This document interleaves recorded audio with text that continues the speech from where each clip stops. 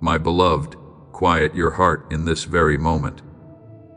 For I am touching you not through noise, but through a deep and subtle presence that reaches into the innermost depths of your soul. And it is within this stillness that you will begin to perceive that something is shifting. Silent yet powerful, unhurried yet irreversible. This is not a random moment, nor is it the familiar passing of time like any other day. This is an appointed time inscribed long before you understood what a beginning meant. I have placed my mark upon today, and now you stand at the very center of a movement that heaven has prepared far in advance.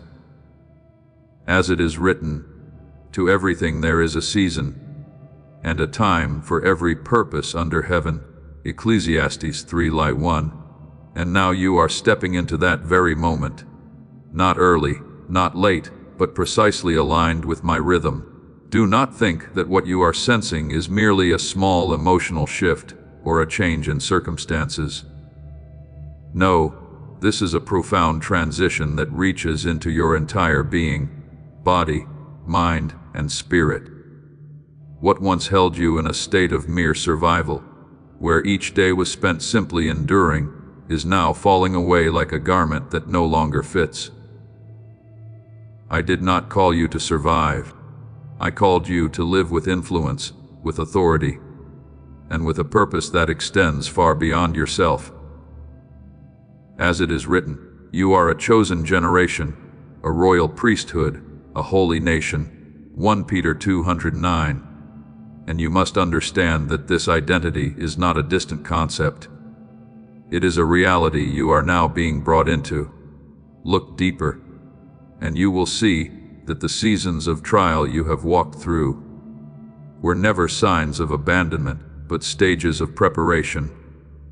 The times you were shaped were not meant to weaken you, but to strengthen you, to carry something greater. Now I am no longer keeping you in the refining fire as before, for you have been purified enough to step into a new level. This is the place where correction no longer takes the form of pain, but becomes realignment, a sacred adjustment that brings every part of you into harmony with my will. As it is written, the path of the righteous is like the morning sun, shining ever brighter till the full light of day. Proverbs 4:18. And that light is now increasing within you. Remember the story of Joshua. When the people stood before the Jordan River, the waters were still flowing, and the path had not yet opened. Yet I commanded them to step forward first, and when their feet touched the water, the river parted. Do you see? The miracle did not come before the step. The miracle came with obedience. In the same way, you are standing at a threshold where you cannot wait for everything to become clear before moving. I'm inviting you to step forward, not because you understand everything, but because you trust the one who leads you. As it is written, trust in the Lord with all your heart, and lean not on your own understanding. Proverbs 3:5. For it is in that trust that you will see the path unfold before you. And I say this to you, my beloved, this is the hour when heaven declares, it is time. No longer a distant promise, no longer something you have only heard but not yet touched. This is a reality now unfolding. What was once delayed is now being released. What was once withheld is now being poured out. This is the moment when the latter glory surpasses all that came before. As it is written, the glory of this latter house shall be greater than of the former. Haggai 2:9. And this is not only true of a temple, it is taking place within you. Let me make this clear. You are no longer walking as one searching for your place. You are walking as one who has already been positioned. What you once thought you had to strive to attain is now something I am bringing you into. You do not have to strain to become. You only need to walk in what I have ordained, as it is written, for it is God who works in you to will and to act according to his good purpose. Philippians 2:13. So, even the desires within you are evidence that I am already at work. Therefore, do not fear the shaking you feel. When I shake, it is not to destroy you, but to remove what no longer belongs to the new season. Old structures, old thought patterns, old limitations. These are being dismantled so that you may stand in a greater freedom. This is not loss, it is liberation. Not an ending, but a beginning on a higher level. As it is written, behold, I am doing a new thing. Now it springs forth. Do you not perceive it? Isaiah 43:19. And you are witnessing that very reality in your own life. So continue forward, my beloved, not in anxiety, but in the certainty that I am with you in every step. You are no longer defined by your past, nor confined by your present. You are being drawn into a future that has already been prepared. And as you walk, you will see that all things are no longer working against you, but are aligning to lift you into the place I have appointed. For now, you are not merely passing through a season. You are stepping into a new era within your own life, where you do not live for yourself alone, but become a current of influence for generations to come. My beloved, perceive this with the full depth of your soul. I am not touching just one part of you, but drawing your entire being into a synchronized movement from your physical body to your thinking mind to your longing spirit. This is no longer a surface-level shift, nor a temporary adjustment. This is a foundational restructuring, where every layer of your being is brought into alignment with my rhythm. In the past, you have lived as one simply trying not to fall, as one gathering just enough strength to take the next step. But I tell you the truth, that way of living is no longer compatible with where I am leading you. As it is written, the righteous shall live by faith. Romans 1:17, not by fear of lack or the pressure of survival. And that faith is now becoming the foundation beneath your feet. There is something you must understand clearly. The end of the survival season does not come because circumstances suddenly become easier, but because your soul has matured enough to carry a higher reality. You are no longer driven by the need to hold on to what you have, but invited into the life of one who has already been given, one who no longer shrinks out of fear of loss, but expands in the awareness of belonging to an inexhaustible source. As it is written, the Lord is my shepherd, I shall not want. Psalm 23:1. And from this place, you no longer operate from lack, but from the fullness I have placed within you, and that fullness will transform how you see, how you choose, and how you walk. You once learned to make yourself smaller to fit the expectations of others, to avoid misunderstanding, rejection, or standing apart. But I say to you now, the identity I have placed within you was never meant to be hidden. Light was not created to be concealed, but to shine. As it is written, no one lights a lamp and puts it under a basket, but on a stand, and it gives light to all in the house. Matthew 5:15. And you are that light. Therefore, you are no longer permitted to live in concealment. You are called to reveal, to express, and to step forward fully in all that I have placed within you from the beginning. And now understand what I mean when I say that this moment has been circled in the heavenly realm. This is not a random image. It is my way of revealing a point of convergence, where the promise I have spoken, the maturity you have gone through, and the purpose I have ordained intersect in a single moment. When these three elements meet, they create a point that no force can delay. You cannot accelerate it, and nothing can slow it down. This is the moment when everything is ready, not only outwardly, but more importantly within you. As it is written, when the fullness of time had come forth his Son. Galatians 4:24. And you must understand that everything I do follows the perfection of timing. Remember Joseph, who passed through years of being forgotten, betrayed, and imprisoned, not because I had abandoned him, but because I was preparing him. Then in a single day, he was brought out of the prison to stand before the king. That was not luck. That was a moment that had been marked in advance.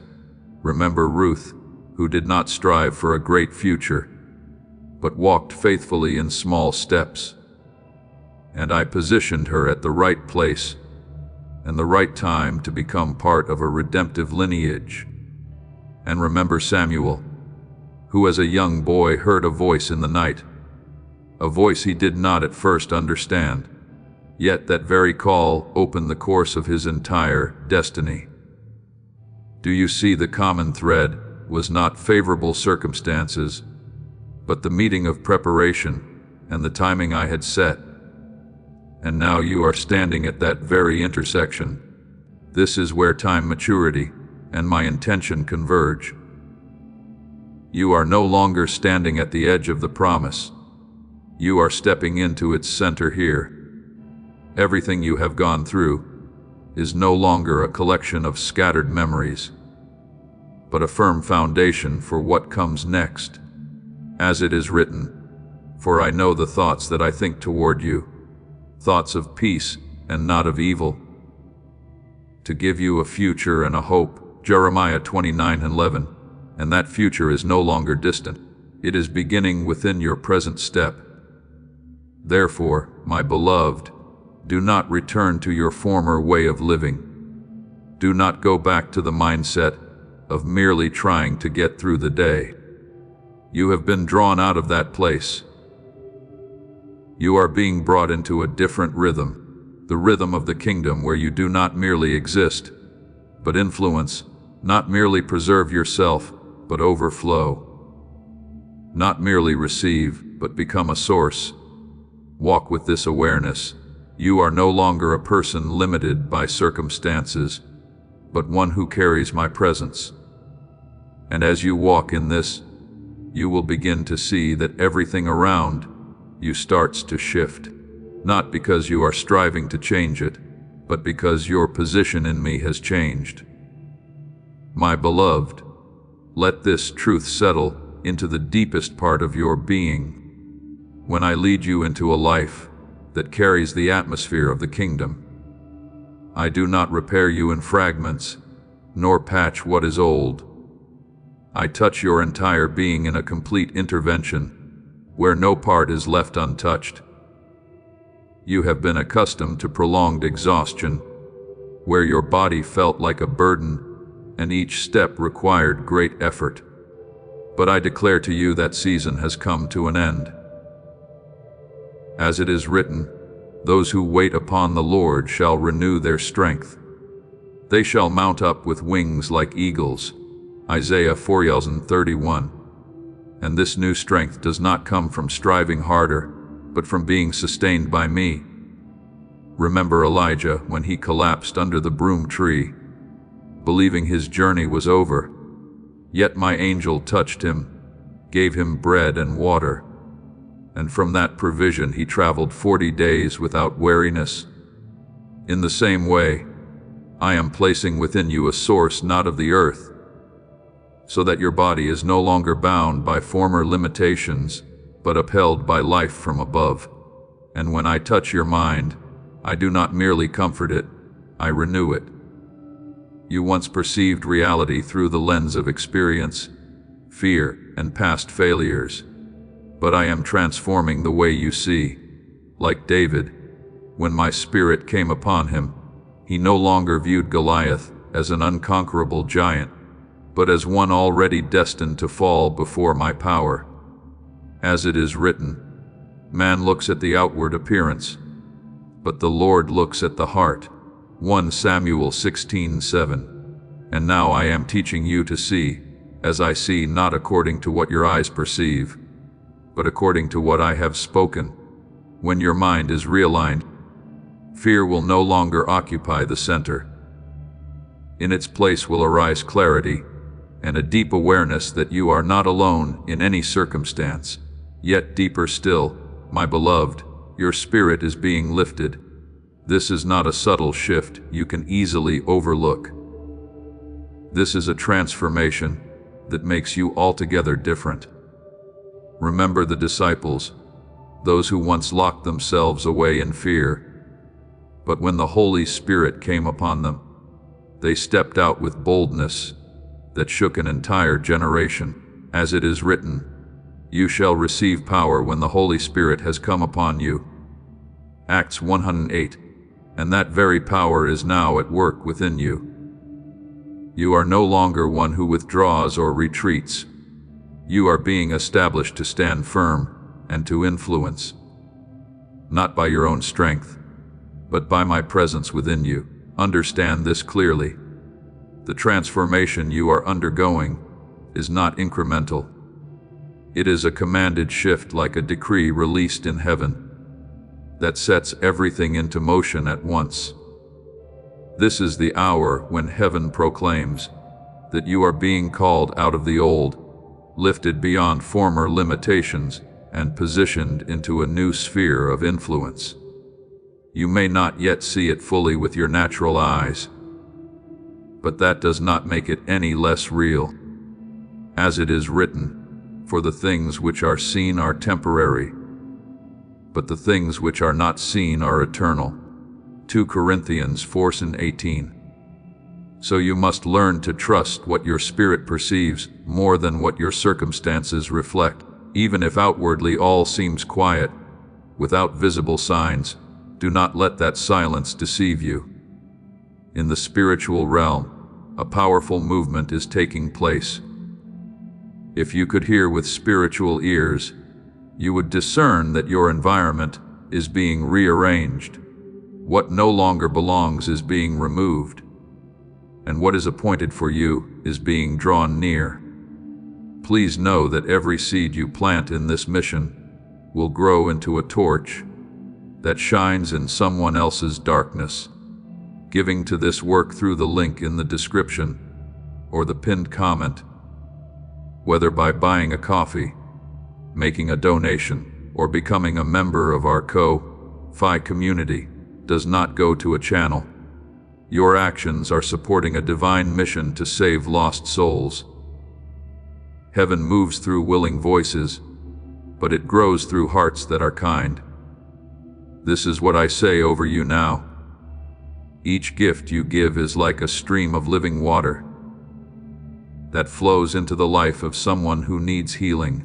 Give, and it will be given to you is not just a verse for Jesus. It is a living promise that shapes your future. Allow me to invite you now with a simple act of faith. Come into this moment with purpose, with honesty, and with hope. The money you give today is not a donation. The act of spiritual obedience that lets your heavens open is what opens them. Let go of your seed and see what God brings back into your life.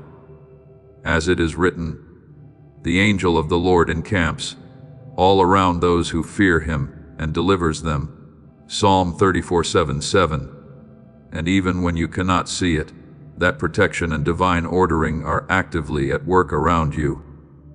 Now, I invite you to look back on the journey you have walked, not with regret but with the awareness of my hand in every stage. The trials you endured were not meant to break you, but to deepen you. The tears you shed were not signs of failure, but marks of formation. Remember the 3 friends of Daniel when they were cast into the fiery furnace. The fire did not consume them. It only burned away the bonds that had held them captive. As it is written, I see 4 men walking freely in the midst of the fire, and they are not hurt. Daniel 3:25, and the same has been true in your life. The fires you once feared became the very places where I set you free from unseen restraints. Therefore, my beloved, do not look at your past as a scattered sequence of pain. See it instead as a tapestry. I have woven each thread, whether bright or dark, contributing to the fullness of the design. What wounded you has expanded your heart. What weakened you has taught you to rely on me. What silenced you has enabled you to hear my voice more clearly. And now, as you stand at this point, you are no longer the one who merely entered the journey. You are the one who has been prepared for what is coming. Stand firmly in this understanding. You are not starting over. You are moving forward from a foundation that has been carefully built, and from that foundation, I will lead you farther, higher, and deeper. Not by your own strength, but by the life I am pouring through you. My beloved, listen to me as a craftsman who carefully holds a rare instrument. For you are in my hands, being tuned in ways you have never perceived, adjusted in hidden tensions and inner resonances you were not aware of before. I do not work only on the surface. I move into your very structure where body, mind, and spirit converge like layers of sound in a great composition. In the past, you lived like one striking disconnected notes simply to maintain existence.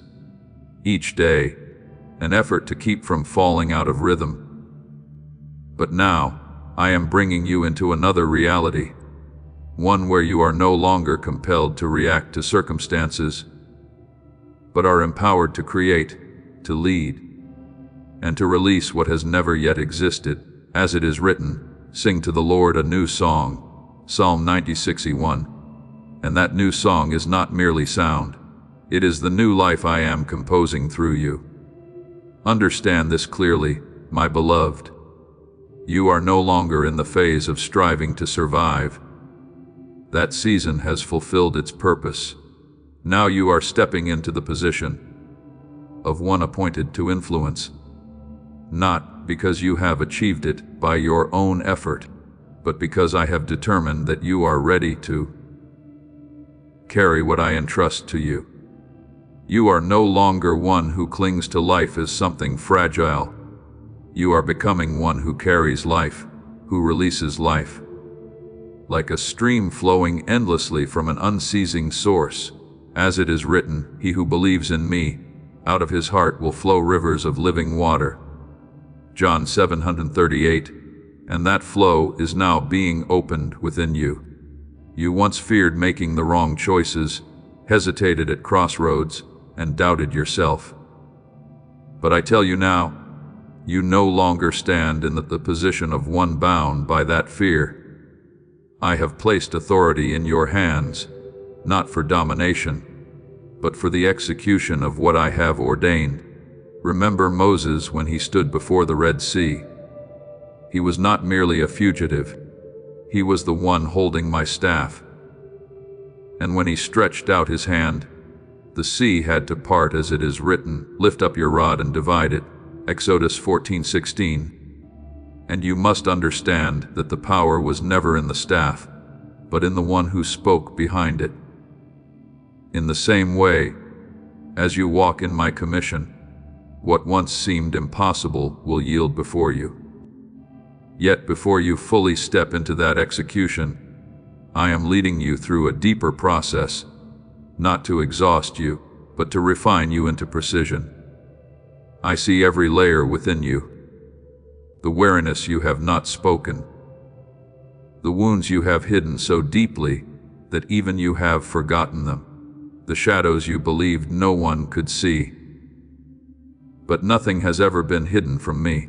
As it is written, there is no creature hidden from his sight. Hebrews 4:13. And when I touch those places, it is not to expose you in shame, but to heal you in love. Let me remind you of a story you may already know, but now you will understand it differently. When Elisha followed Elijah, he did not immediately step into great power. He walked through a journey of persistence from Gilgal to Bethel, then to Jericho, and finally to the Jordan. Each step was a testing, a refining, and when Elijah was taken up, Elisha received the mantle and struck the waters, asking, "Where is the Lord God of Elijah?" And the waters parted. That moment was not his first miracle. It was the manifestation of a preparation that had been unfolding all along. Do you see what others recognize as power is only the visible expression of an inward alignment that has already taken place? In the same way, you are in that very process. Now, this is not merely the healing of what was broken. It is the calibration that allows you to function in the frequency of the kingdom. I am strengthening your body, clarifying your mind, and sharpening your spirit so that, when you move, you no longer fall out of rhythm or lose direction, but flow in alignment with me. As it is written, be transformed by the renewing of your mind. Romans 12:9-2. For only when you are renewed within, can you fully live out what I have ordained. My beloved, do not be afraid of this process, even when it feels as though you are being drawn out of what is familiar, as though what once gave you security is being dismantled. Remember that I am doing this to bring you into a new structure, one that is stronger, vital, and aligned with the purpose I have set for you. This is not destruction for an end, it is reconstruction for elevation. As it is written, behold, I make all things new. Revelation 21:5. And you are part of that newness, so open your heart fully. Hold nothing back. Resist nothing. Fear nothing. For in this moment, this appointed moment, I am completing a great work within you. And when that work is brought to completion, you will no longer walk as you once did. You will walk as one who knows who you are, what you carry, and why you have been sent. From this point forward, you will not merely live. You will become the living expression of what I have spoken. My beloved, look at yourself as a vessel resting in the hands of a master craftsman, for I am working on you not with haste, but with precision, not with noise, but with depth, and in this process, every layer within you, body, mind, and spirit is being touched, adjusted, and elevated to align with what I have ordained from the beginning. Do not be surprised if you sense unusual shifts within yourself, for they are not signs of weakness, but evidence that a restructuring is taking place. As it is written, He heals the brokenhearted and binds up their wounds. Psalm 147:3. And what I am doing goes beyond healing. I am calibrating you for a new level of operation. Begin with your body, for it has carried more than you have realized. There have been nights when you could not sleep without understanding why. Mornings when you awoke feeling as though your strength had been drained, and subtle pains that lingered like quiet signals. None of these have been without purpose. You may have thought it was ordinary fatigue, but I tell you that your body has been responding to what is unfolding in the spiritual realm. When Elijah collapsed under the wilderness tree, it was not merely physical exhaustion. It was the response of a man who had just passed through a great transition. When Daniel received a vision, his strength left him.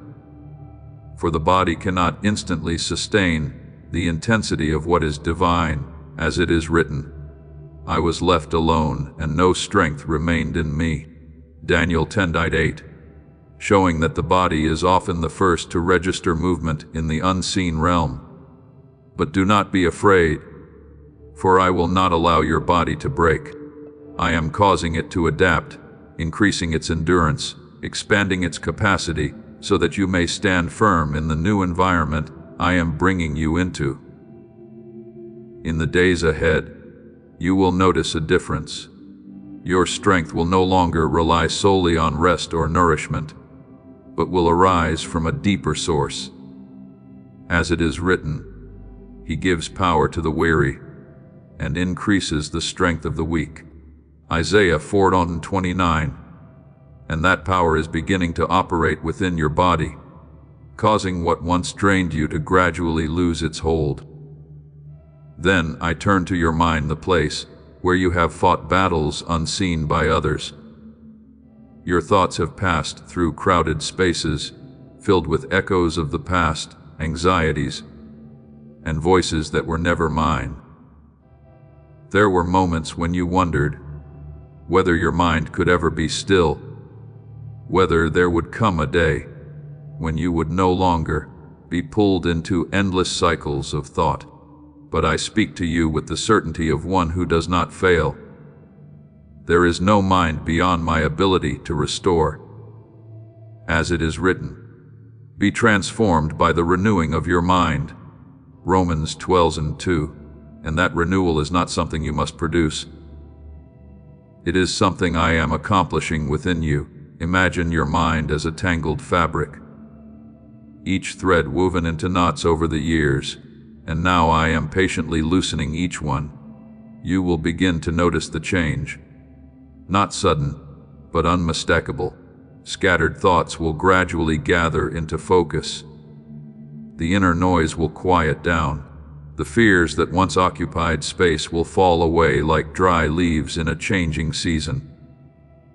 As it is written, the peace of God will guard your hearts and your minds. Philippians 4:7. And that very peace will become the new foundation of your thinking, a foundation not easily shaken by circumstances. And then, my beloved, I reach into the deepest layer, your spirit. This is where you have fought unseen battles, where you have stood between two places, unwilling to return to what was, yet not fully stepped into what is ahead. There were moments when it felt as though the fire within you had diminished, as if your passion and vitality were fading. But I tell you, that fire has never been extinguished. It has been preserved, held in place, awaiting the moment I would breathe upon it again. As it is written, the Lord God breathed into his nostrils the breath of life, and man became a living being. Genesis 2:7. And now I am breathing upon your spirit once more. Remember the vision of Ezekiel in the valley of dry bones, a place where no life seemed to remain. Yet when my breath entered, everything rose into a living army. This is not merely a story. It is a picture of what I am doing within you. I am touching the parts you believed were frozen and causing them to move again. I am removing every trace of a survival mindset, fear, contraction, hesitation. Not because you are weak, but because you no longer belong to that level. You cannot step into a great calling with a spirit that is only sustained enough to endure each day. You are called to carry the atmosphere of the kingdom, a spirit that is expansive, resilient, filled, and ready to give. As it is written, God has not given us a spirit of fear, but of power and of love and of a sound mind. 2 Timothy 1:7. And that spirit is being restored within you even now. So, my beloved, receive this process not with anxiety but with trust. I am working in you not in fragments but as a whole. And when this work is complete, you will no longer recognize yourself as before. You will rise with a body sustained, a mind made clear, and a spirit filled with life, ready to step into what I have ordained. Not merely to exist, but to influence, to open paths, and to carry my presence wherever you are sent. My beloved, let me reveal to you a deeper truth that you once perceived only in fragments, but which I now bring together into one unified flow. Your body, mind, and spirit do not function separately, but are connected like strings within a single instrument. When one string is tuned, the entire sound changes. And when all are brought into the right frequency, the music becomes whole instead of fragmented. I am the one tuning every layer within you, leaving nothing overlooked and nothing out of rhythm, so that your life will no longer be a delayed reaction to circumstances, but a precise expression of my intention. As it is written, God is not the author of confusion, but of peace.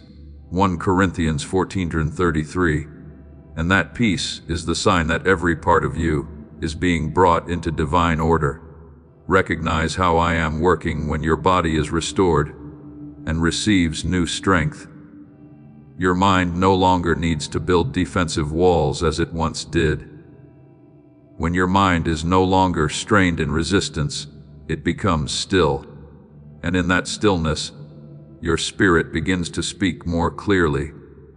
And when your spirit is strong and full of life, your body responds with peace, a peace not derived from circumstances, but from my presence within you. As it is written, may the God of peace himself sanctify you completely, and may your whole spirit, soul, and body be preserved blameless. 1 Thessalonians 5:23. And you are now stepping into that very wholeness.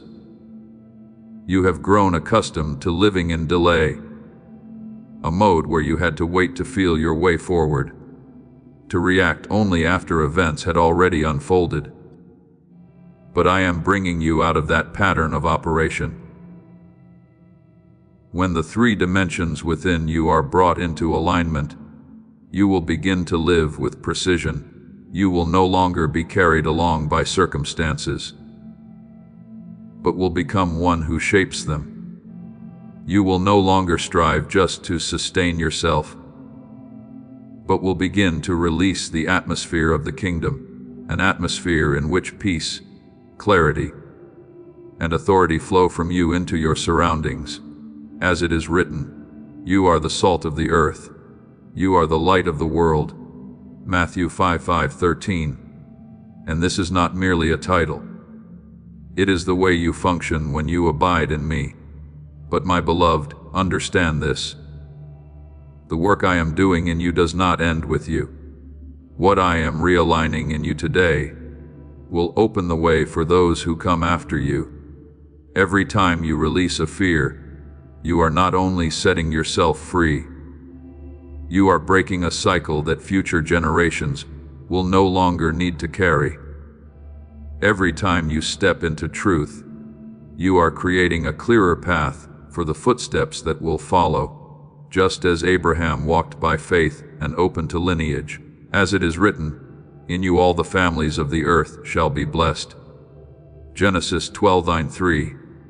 So you are walking in a process of legacy, one that extends far beyond your personal life. Remember David when he stood before Goliath. His victory was not his alone. It awakened courage in an entire nation that had been trembling behind him. One act of trust reshaped the atmosphere of a generation. In the same way, every step you take in obedience and authority will not stop with you. It will ripple outward, build momentum, and become a foundation for those who have never known you, yet will walk upon the path you have opened. Therefore, I speak to you with solemn clarity, not to instill fear, but to awaken you. You are not called to live in fear. You are not called to shrink back and preserve a small existence. You are called to carry the atmosphere of the kingdom, an atmosphere that transforms every place you enter. You are not called to conserve your strength for yourself. You are called to become a source of strength for the environments around you. You are not called to struggle merely to survive. You are called to be sent with clear purpose. And when this process reaches its fullness, you will recognize the difference unmistakably. As this awakening grows inside you, know that helping with this mission is not a joke. It is a sign from God. You can support this work through the link in the description or the pinned comment, whether by buying a coffee, making a donation, or becoming a member of our Ko-Fi community. By doing so, you become part of Jesus' plan to save souls who are still stuck in fog. Every seed turns into light that fights against darkness. If you water others, you will be watered yourself, Jesus says. This is not history. It is a living promise about your future. Come into this moment with faith and a plan. What God has already planned for your life can be unlocked through your giving. You will no longer walk with the familiar trembling, for steadiness will become your natural state. As it is written, He makes my feet like the feet of deer and sets me upon my high places. Psalm 18:33. And from that place, you will no longer see life through your former perspective. Your mind will not be confined by old lenses. It will think with clarity, discernment, and understanding that comes from me. Your actions will no longer be driven by fear, but guided by authority, an authority not originating from you, but from the one who lives within you. Step into this, my beloved, without hesitation, without turning back. For you are no longer the person you once were trying to become better. You are one who has been repositioned to live within a new reality, a reality where body, mind, and spirit move in harmony, where you do not merely live but radiate, not merely exist but shape, not merely receive but become a flowing source of life for generations to come. My beloved, stand still within this presence and listen to me. For now, I am not speaking as one who gently comforts you in moments of weakness, but as the one who sits upon the throne, the one who has appointed your time, sealed your destiny, and does not waver in my decision concerning your life. I declare with unshakable certainty, you no longer belong to the atmosphere of one who merely strives to survive. That season has fulfilled its purpose. You have passed through it, learned from it, and now I am bringing you out of it. As it is written, you shall no longer be called forsaken, but you shall be called my delight. Isaiah 62:4. And that new name is becoming a reality within you, not as an idea, but as a foundation for how you live. You no longer breathe with the breath of striving, where every step is an effort to keep from falling. You now carry the breath of commissioning, the breath of one who knows they have been sent. Just as when I breathed into Adam, he did not merely receive life, but purpose. So the breath I am placing within you is not only to sustain you, but to move you into execution. As it is written, you send forth your spirit, they are created. Psalm 104:30.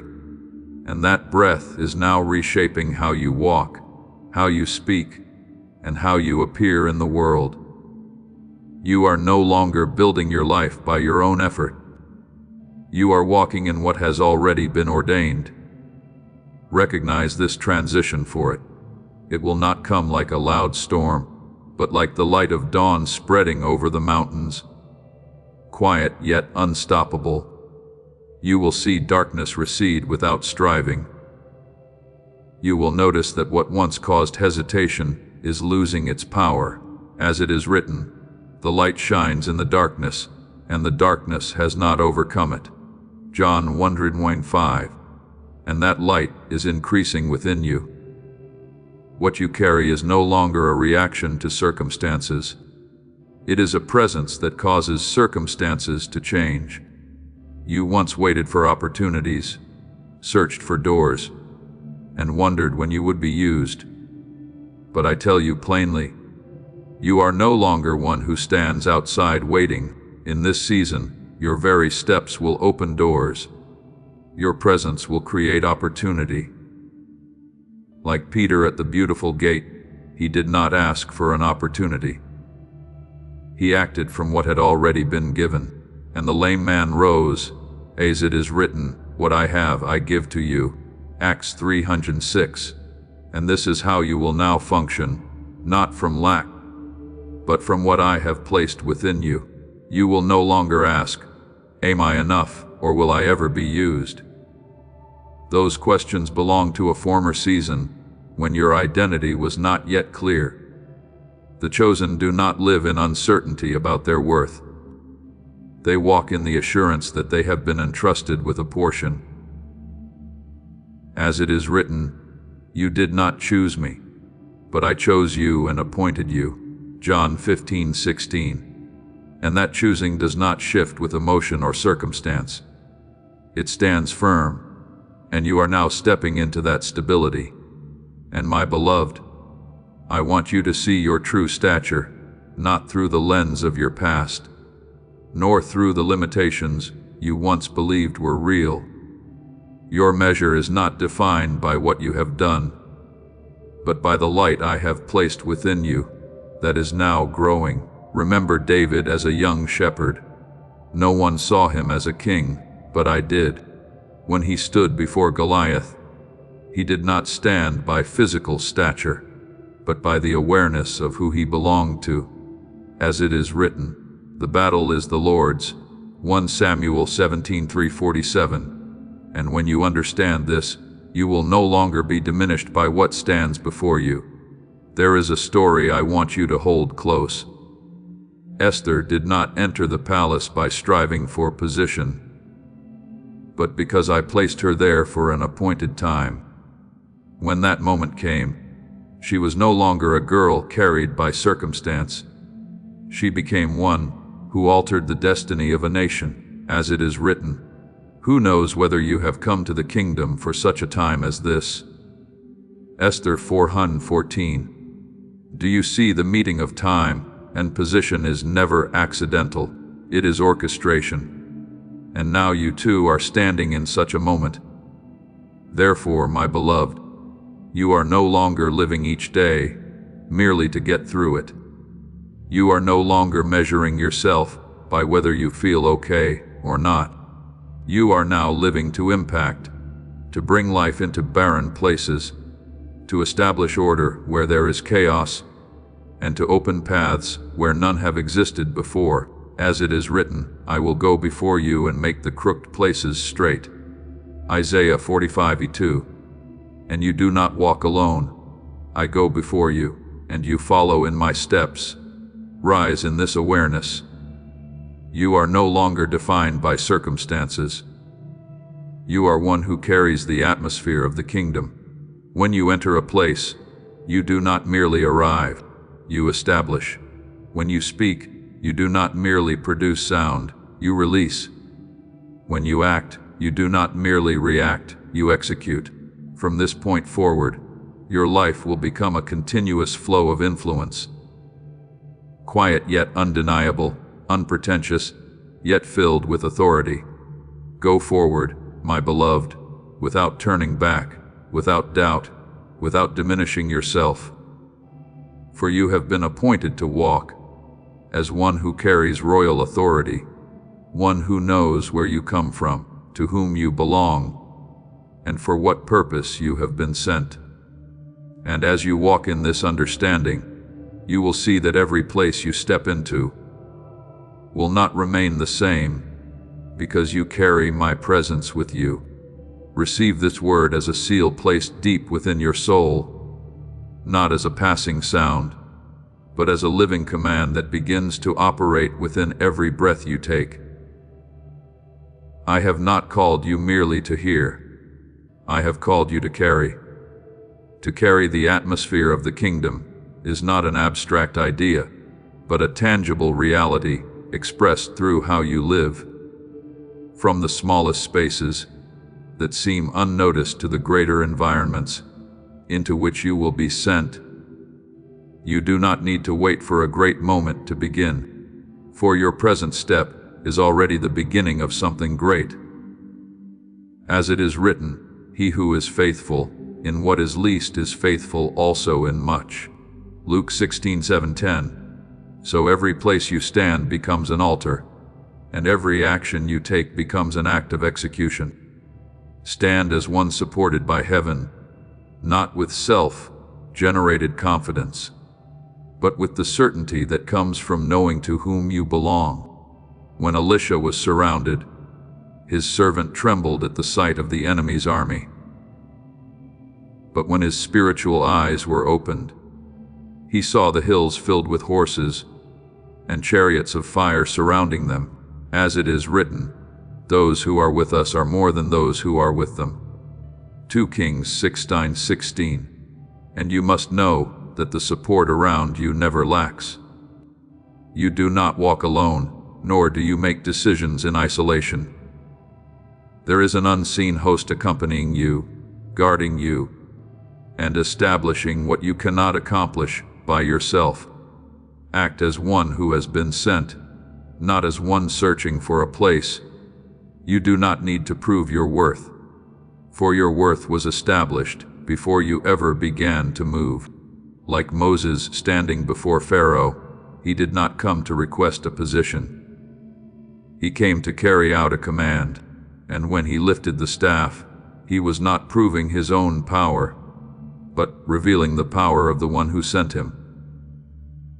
As it is written, I will be with you, Exodus 3:12, and that presence is the assurance behind every step you take. My beloved, understand this deeply. What you choose today does not end with you. Every step you take in courage becomes firm ground for those who will come after you. Every fear you refuse to bow to loses its power over the next generation. Every truth you embrace becomes a clearer path for souls who have never even met you. Just as Abraham walked by faith and opened the way for a blessed lineage, as it is written, you shall be a blessing. Genesis 12:2. So you are stepping into the role of a pathfinder, not living for yourself alone, but creating a way for many. Therefore, do not regard this moment as random. It is not the product of earthly factors colliding by chance. It is a point that has been appointed. Mark it and opened at the precise time, as it is written. For the eyes of the Lord run to and fro throughout the whole earth, to show himself strong on behalf of those whose heart is loyal to him. 2 Chronicles 16:9. And you are standing within that gaze, not overlooked, not delayed, but chosen at the right time. Now step toward the door that stands open before you, not as one hesitant, but as one ready. This is not a symbolic doorway, but a real one where your body has been strengthened, your mind renewed, and your spirit filled with life. I do not want you to leave this word with only a passing feeling. For feelings fade. I want you to leave with a position established. As it is written, stand therefore, having girded your waist with truth. Ephesians 6:14. And that firmness is what I am placing within you. Walk with the awareness that your destiny has been activated, not vaguely, but in a way that cannot be reversed. You will not return to the old path, because you are no longer the old person. As it is written, if anyone is in Christ, he is a new creation. 2 Corinthians 5:17. And that newness is not ahead of you. It is already at work within you now. So go, my beloved, without delay, without doubt. Go as one who carries the atmosphere of the kingdom, as one who knows they are sent, as one who knows they are sustained, and as one who knows they are appointed to influence. And as you step through this door, you will see not only will your life be transformed, but everything you touch will begin to move according to the light you carry. My beloved, look back on your journey with eyes that have now been opened, for I do not want you to remember your past as scattered fragments. but as a symphony intentionally composed. The tears you shed were never wasted. The long nights when you believed you faced the darkness alone were recorded as notes in a greater composition of growth. You have passed through turns that seemed accidental. But I tell you this, nothing in my hands is ever by chance. As it is written, all things work together for good to those who love God. Romans 8:28. So even what you did not understand then has been serving what I am now completing within you. Understand this deeply, my beloved. You are not stepping into this present moment empty-handed. You carry within you the weight of one who has been refined by fire, shaped through pressure, and sharpened through seasons that once seemed as though they would bring you to collapse. Each time you rose after believing you could not stand again, you added to your soul a layer of strength that cannot be replaced. Like gold tested in the furnace, you have passed through a process I allowed not to weaken you, but to purify and fortify you. As it is written, when he has tested me, I shall come forth as gold. Job 23:10. And that gold is now shining within you, even if you do not yet fully see it. Now I draw back the veil that once you were not ready to see through, and I reveal to you something far greater than yourself. You have not only been healed to live better, you have not only been lifted to go farther, you are being positioned so that your life becomes the starting point of a new flow. What I am doing in you today does not end within the boundaries of your lifetime. It extends forward through time, reaching people you have not met, preparing paths for steps you have not yet seen. Just as Abraham became the father of many nations, not because he sought it, but because he trusted and walked. As it is written, I have made you a father of many nations. Genesis 17:5. So you are being placed into a role of legacy, a role that surpasses your personal life. Picture this, my beloved. The chains you have broken in silence will no longer have power over those who come after you. The battles you have endured will not need to be repeated in the next generation. The right choices you have faithfully upheld, even when unseen, are becoming a solid foundation upon which others will stand without paying the same cost. Just as the people of Israel crossed the Jordan on dry ground, because the waters had already been stopped, you are preparing a way for those behind you to walk with greater ease. As it is written, choose life that both you and your descendants may live. Deuteronomy 37:19. And the choices you make today are echoing into the lives of many tomorrow. You are not only changing your own life, you are altering the current of a spiritual lineage. This is not a statement of encouragement. It is a decree issued from me. I am the one who has used a single person to liberate an entire people, who has used one act of obedience to shift the course of an age. Remember Joseph. He was not only lifted out of prison, he became the one who preserved life for his family and for many nations during famine. As it is written, God sent me before you to preserve life. Genesis 45:5. And you too are stepping into a role whose influence extends far beyond what you have imagined.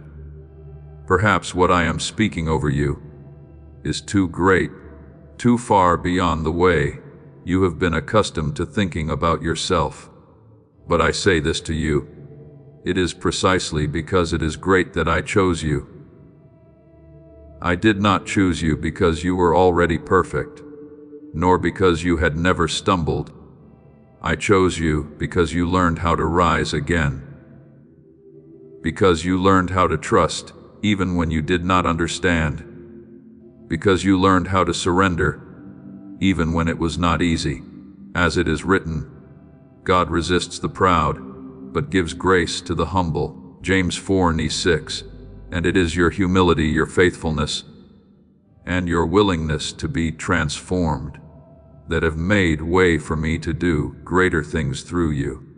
So, my beloved, do not diminish what I am doing simply to make it fit the way you once saw yourself. Let your vision expand until it matches the way I see you. You are not someone who happened to step into a favorable moment by chance. You are one who has been positioned at the right time to become a turning point. Just as Esther was placed in the palace for such a time as this, Esther 40:14. So you too are standing in a moment marked by destiny. Receive this then, not with hesitation, but with conviction, for you are not merely one who survived difficult seasons. You are one who has been prepared to carry something greater. And from this point on, every step you take will no longer be the step of an isolated individual, but the step of one who carries widening influence, an influence that will touch many lives, many generations, and many stories yet to be written. My beloved, pause for a moment and take a deep breath, not merely to recover the rhythm of your body, but to recognize the new rhythm now beginning to move within you. This is not the end of a journey, but the beginning of another reality, a reality in which you are no longer held back by hesitation or by old patterns that once limited you. I am bringing you into the rhythm of commissioning, where each step you take is no longer experimental, but purposeful and executed with intent. As it is written, the steps of a righteous man are ordered by the Lord. Psalm 37:23. So you are no longer walking in randomness, but in an arrangement set in place beforehand. You no longer act like one, hoping that someday you might be used. You are living as one who is already being used now. The difference does not lie in outward circumstances, but in the position within you. When Isaiah stood before me and heard the call, he did not ask whether he was enough. He answered, "Here am I, send me." Isaiah 6:38. That is the posture I am forming within you, the posture of one no longer trapped in doubt, but stepping into obedience. And in that obedience, you will discover that the ability does not come from you, but from me, the one who has placed words in your mouth and fire in your spirit. Let your words be transformed, my beloved. For you no longer speak as you once did. You do not speak from fear, from self-protection, or from the need to prove yourself. You speak as one whose voice has been touched by me. As it is written, the mouth of the righteous is a fountain of life. Proverbs 10:11. And from this moment, your words are no longer mere sounds. They carry life. They shape reality. They release the atmosphere I have placed within you. When you open your mouth, you are not merely expressing thoughts. You are releasing what I have already sown deep within you. And now stand not as one trying to keep from falling, but as one upheld from within and surrounded on every side. The support you carry does not come from what your eyes can see, but from what your spirit knows with certainty. Remember Elisha when he prayed for his servant's eyes to be opened. And the young man saw the mountain filled with horses and chariots of fire surrounding them. As it is written, those who are with us are more than those who are with them. 2 Kings 6:16. And you too stand within that covering, a protection not dependent on circumstance, but rooted in my presence. From this point forward, you will look upon the future differently, no longer with the gaze of anxiety, speculation, or fear of the unknown, but with the vision of one who knows they have been placed in the right position, at the right time, within the right context. just as Esther was placed in the palace for such a time as this. Esther 4:14. So, you are standing within a moment of destiny. This means the future is no longer an uncertain threat. It is a prepared space into which you will step with assurance. My child, now that the word has been spoken and the seal has been set upon your soul, I call you to enter this closing moment as one standing before an open door, not a symbolic or distant image, but a real threshold. Here, your body has been strengthened, your mind renewed, your spirit filled with life. Your identity has been restored. Your mission is ready to ignite, and the atmosphere of the kingdom begins to radiate through every breath you take. I do not want you to leave this message with only an emotional response, for emotions fade. I want you to leave with a position established with posture awareness and awakening, the awareness of one who knows that destiny has just been activated in a way that cannot be reversed. Look and see the journey you have walked was never a series of meaningless fragments. It was not random hardship, nor accidental turning points.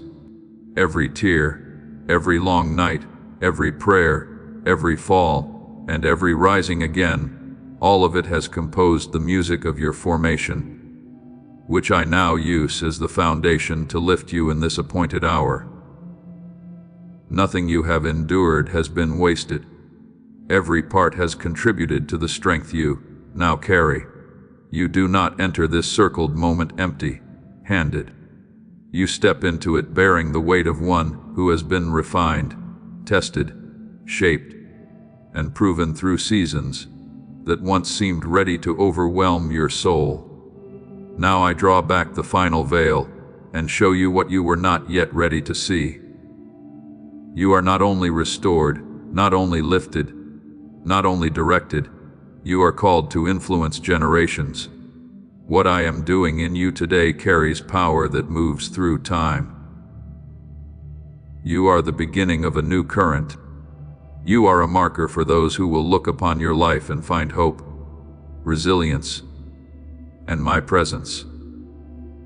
The generations that follow will not have to fight the battles you fought, because you have broken those chains for them. They will stand upon the foundation you have built with your tears, your right choices, and your faithfulness in the unseen days. Receive this, my beloved, not merely as encouragement, but as a true transition taking place within you. You are no longer standing outside observing what I am doing. You are within it.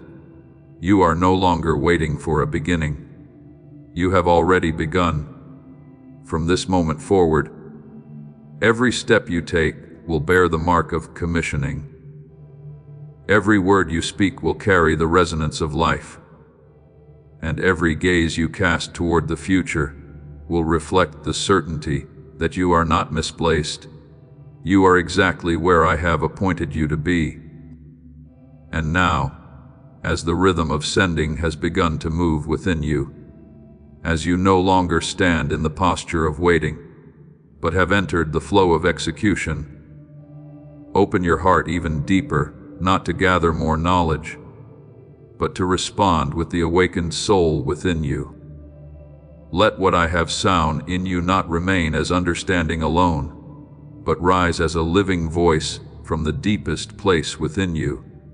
For it is in that offering that you become one with what I am doing, and from there every layer within you is brought into unity in my presence. So lift your voice not according to old patterns, not with familiar phrases, but with the authentic rhythm of your heart as it responds to me. You are about to enter your divine future. Remember that this message does not end with you. People can use your breakthrough to get where they need to go through the link in the description or the pinned comment. Whether by buying a coffee, making a donation, or becoming a member of our Ko-Fi community, you can help this mission. By doing so, you are sowing into the awakening, deliverance, and restoration of souls who are still trapped in darkness. This is not poetry when Jesus says, "Give, and heaven will open over you." Every seed you plant turns into oil for your destiny, fire for your calling, and safety for your family.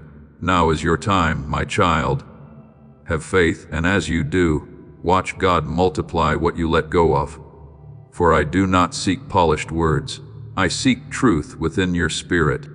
Now from the deepest place of your being, pour out your prayer to me with sincerity, with longing, without concealment. O Almighty God, the one who formed me before I knew my own existence, today I come before you not as a stranger, but as a soul that has been called again in the midst of life's unfolding. I recognize that every step I have taken, every season I have passed through, has never been outside your reach. And now, as I stand in this moment that has been opened, I offer myself to you. Not the version I tried to become, but who I truly am. With all that has been transformed, and all that is still being shaped, continue your work within me. Not merely that I may feel better, but that I may become aligned with what you have ordained. For as it is written, it is God who works in you to will, and to act according to his good purpose, and I yield my desires so that they may be formed by yours. O Father of lights, unchanging and steadfast, I ask that you touch every hidden thought within my mind, every place where fear still tries to take root, every memory that whispers in moments of weakness. Do not only remove these things, but replace them with your truth, so that my mind is no longer a battlefield of opposing voices, but a dwelling place of clarity and peace. As it is written, the peace of God will guard your hearts and minds. Let that peace become my foundation, so that when I face the future, I am no longer led by anxiety, but by the assurance that you are guiding me. O breath of life, I offer you my spirit, the place that has endured dry seasons, unseen battles, and moments when I thought the fire within me had faded. Yet now I understand that the fire was never extinguished, only waiting for your breath. Breathe upon it again, not for a momentary flame, but for a steady, enduring fire that remains strong and radiant in every circumstance. As it is written, fan into flame the gift of God within you. I choose not to neglect what you have placed in me, but to keep it alive and burning each day. O faithful shepherd, I bring before you my body, which has carried the weight of silent struggles, unseen weariness and burdens I did not always understand. Restore it with your strength, not merely to sustain me, but to empower me to walk in what you have called me to do. Let your life flow through every part of me, so that I am no longer limited by what once drained me, but upheld by the power that comes from you, as it is written. He gives power to the weary and increases the strength of the weak. I receive that strength now not as something distant, but as a present reality within me. O Lord of all purpose, I surrender my future into your hands, not with fear, but with trust, knowing that I am not walking into uncertainty, but into a path you have already prepared. Teach me to move, not by what I see, but by what you have spoken, as it is written. Trust in the Lord with all your heart, and lean not on your own understanding. I choose to rest in that trust, allowing it to guide every decision, every step and every response within me. And in this moment, I give you thanks, O God of faithfulness, for never leaving me, even in the seasons when I did not recognize your presence. I thank you that every trial, every delay, Every unanswered question has been part of a greater work you were forming within me. As it is written, all things work together for good to those who love God. I now see that nothing has been wasted, and I honor you for your wisdom that has guided me through it all. I also thank you, O God of grace, for trusting me enough to place this calling within my life. I do not take it lightly, nor do I assume it as my own achievement, but I receive it as a sacred trust. Give me the humility to carry it rightly, the courage to walk in it fully, and the faith to remain steadfast, even when the path is not fully revealed. For as it is written, you did not choose me, but I chose you and appointed you. I embrace that choosing, and I step forward with a heart that is ready to follow wherever you lead.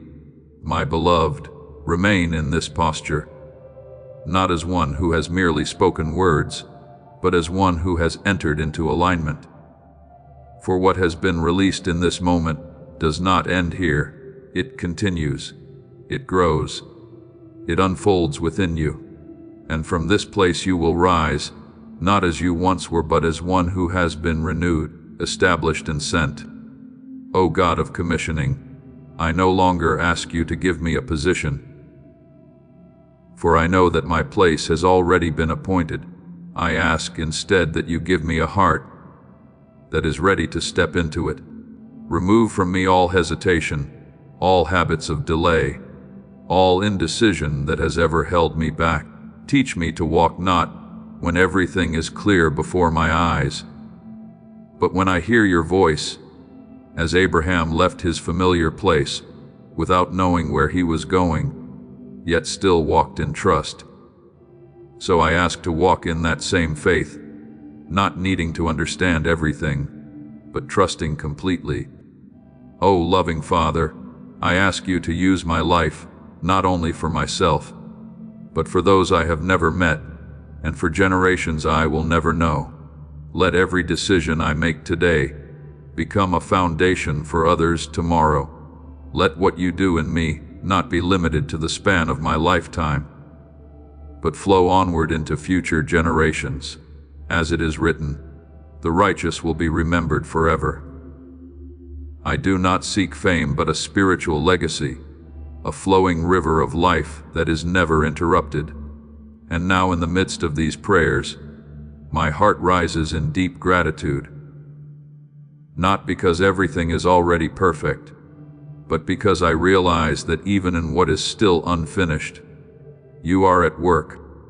O faithful God, I thank you for never abandoning me in seasons I did not understand, but patiently guiding me step by step, as it is written, he who began a good work in you will carry it on to completion. I believe that this journey will not be left unfinished, but will be brought to completion by your own hand.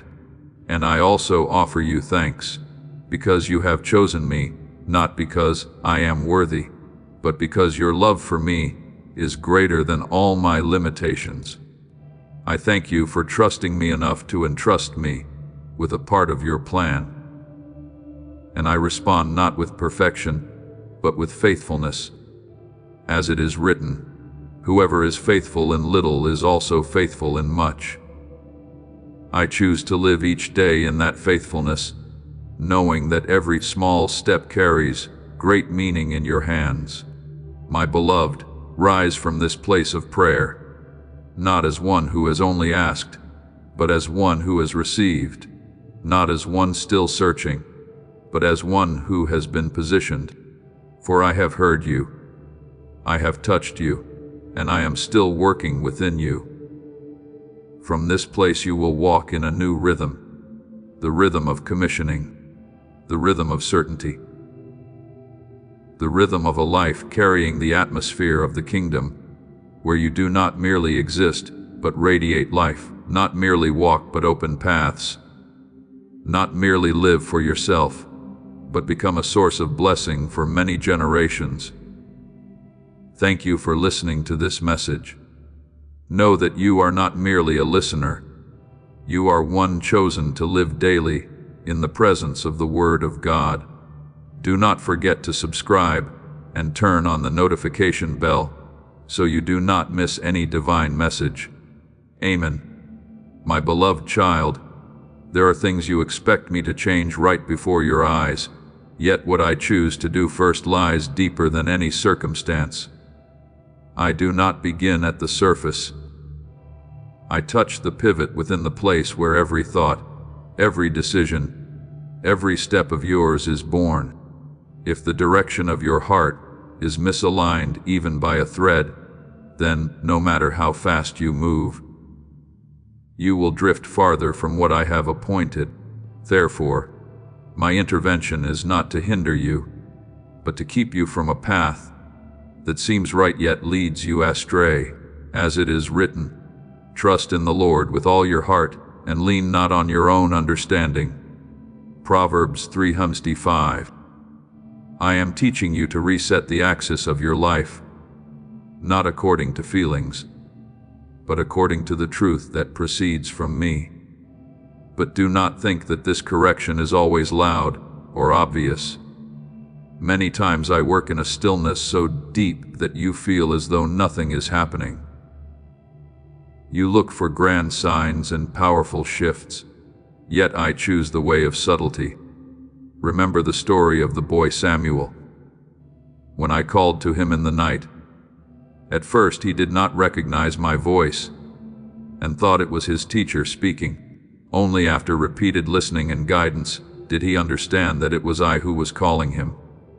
1 Samuel 3:4-10. So it is with you. You are in a season where my voice does not thunder but seeps in, does not overwhelm but persists, does not compel but gently leads. I am training the ears of your heart, so you may discern me among many voices. Therefore, when you find yourself no longer attached to what once felt familiar, do not hastily assume that you are losing something. In truth, you are being separated from what no longer aligns with the person I am forming within you. This letting go is not loss but preparation. Just as Abraham left his homeland without knowing where he would go, simply because he trusted my word. Go from your country to the land I will show you. Genesis 12:1. So you are being led into a journey whose destination is not yet revealed, yet whose foundation is being firmly laid day by day. Do not fear the space between what has been released and what has not yet appeared, for it is there that I work most deeply. My beloved, what I am doing within you is not a minor adjustment, but a complete remeasuring. Like a careful builder, I do not merely look at the outward form, but examine every foundation, every angle. There are things you have grown accustomed to, relying on ways of thinking, reactions, habits, but if they are no longer aligned with truth, I will not allow them to remain. You may feel discomfort as they are dismantled, but understand this. I do not tear down to leave you disoriented. I tear down to rebuild upon a firmer foundation. If the foundations are destroyed, what can the righteous do? Psalm 11:3. I am the one who restores that foundation, not by your strength, but by my presence within you. Recognize that the transformation I bring does not arise from outward effort, but from inward renewal. You cannot force yourself into change by sheer will. True transformation begins when your mind is made new. Do not be conformed to this world, but be transformed by the renewing of your mind. Romans 12:2. This is not merely a command, but an invitation to step into the process I am carrying out. When your mind is aligned, your choices will naturally shift. When your heart is set in the right direction, your steps will no longer wander. You must also understand that I am not only correcting your direction, but teaching you how to walk with discernment. In the past, you may have reacted according to emotions, habits, or what you learned from the world. But now, I am training you to listen before you act, to perceive before you respond. This slowing down is not delay but maturity. As it is written, your ears shall hear a word behind you saying, "This is the way." Isaiah 37:21. I am placing that voice within you, so that you no longer have to grope in uncertainty, but can walk in clear guidance from within. Therefore, do not resist this process simply because it does not resemble what you expected. There are things I am doing in you that you will only understand later. There are things I remove not because they are bad, but because they no longer align with where I am leading you. And there are things I preserve, even when you wish to release them, because they are essential for the journey ahead. Trust that I see the whole picture, while you only see fragments. For my thoughts are not your thoughts, nor are your ways my ways. Isaiah 55:8. And precisely because of this, you can rest and entrust yourself to me, my beloved. I do not require you to understand everything. I simply invite you to trust. Trust that every adjustment, every separation, every silence carries purpose. Trust that I have not left you in this process, but I'm very near, closer than what you can perceive. And as you continue to walk with a soft and willing heart, you will realize that you are no longer being pulled by former forces. You will find yourself standing firmer, clearer, more at peace, not because your circumstances have changed, but because your inner axis has been set in the right place. Keep your heart open before me. Do not rush back to what is familiar just because you feel uncomfortable with what is new. Allow me to complete the work I have begun, for I am not only leading you along the right path, I am shaping you to become a right path. And when that work is complete, you will not only arrive where I have appointed, but you will become one who guides others to walk in the light I have placed within you.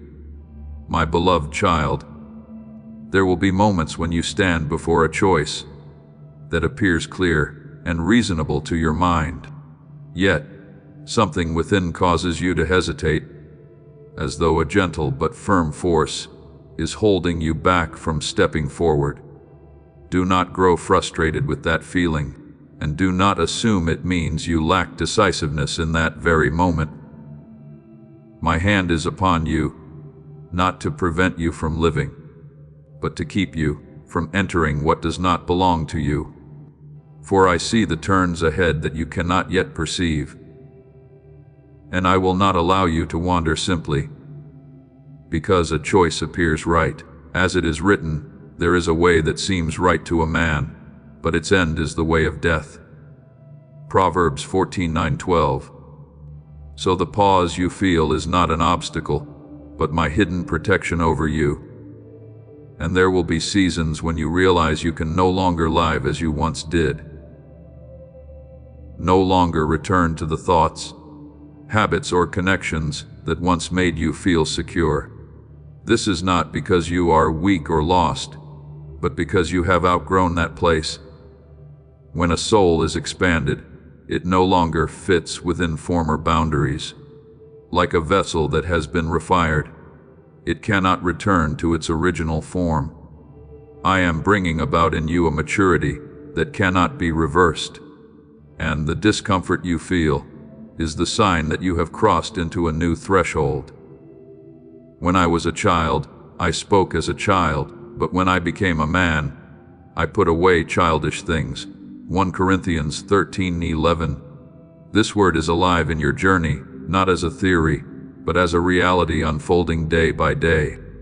Within that same current, you will begin to recognize a different kind of thirst rising within you, a longing no longer directed toward surface things, but toward what is deep, true, and eternal.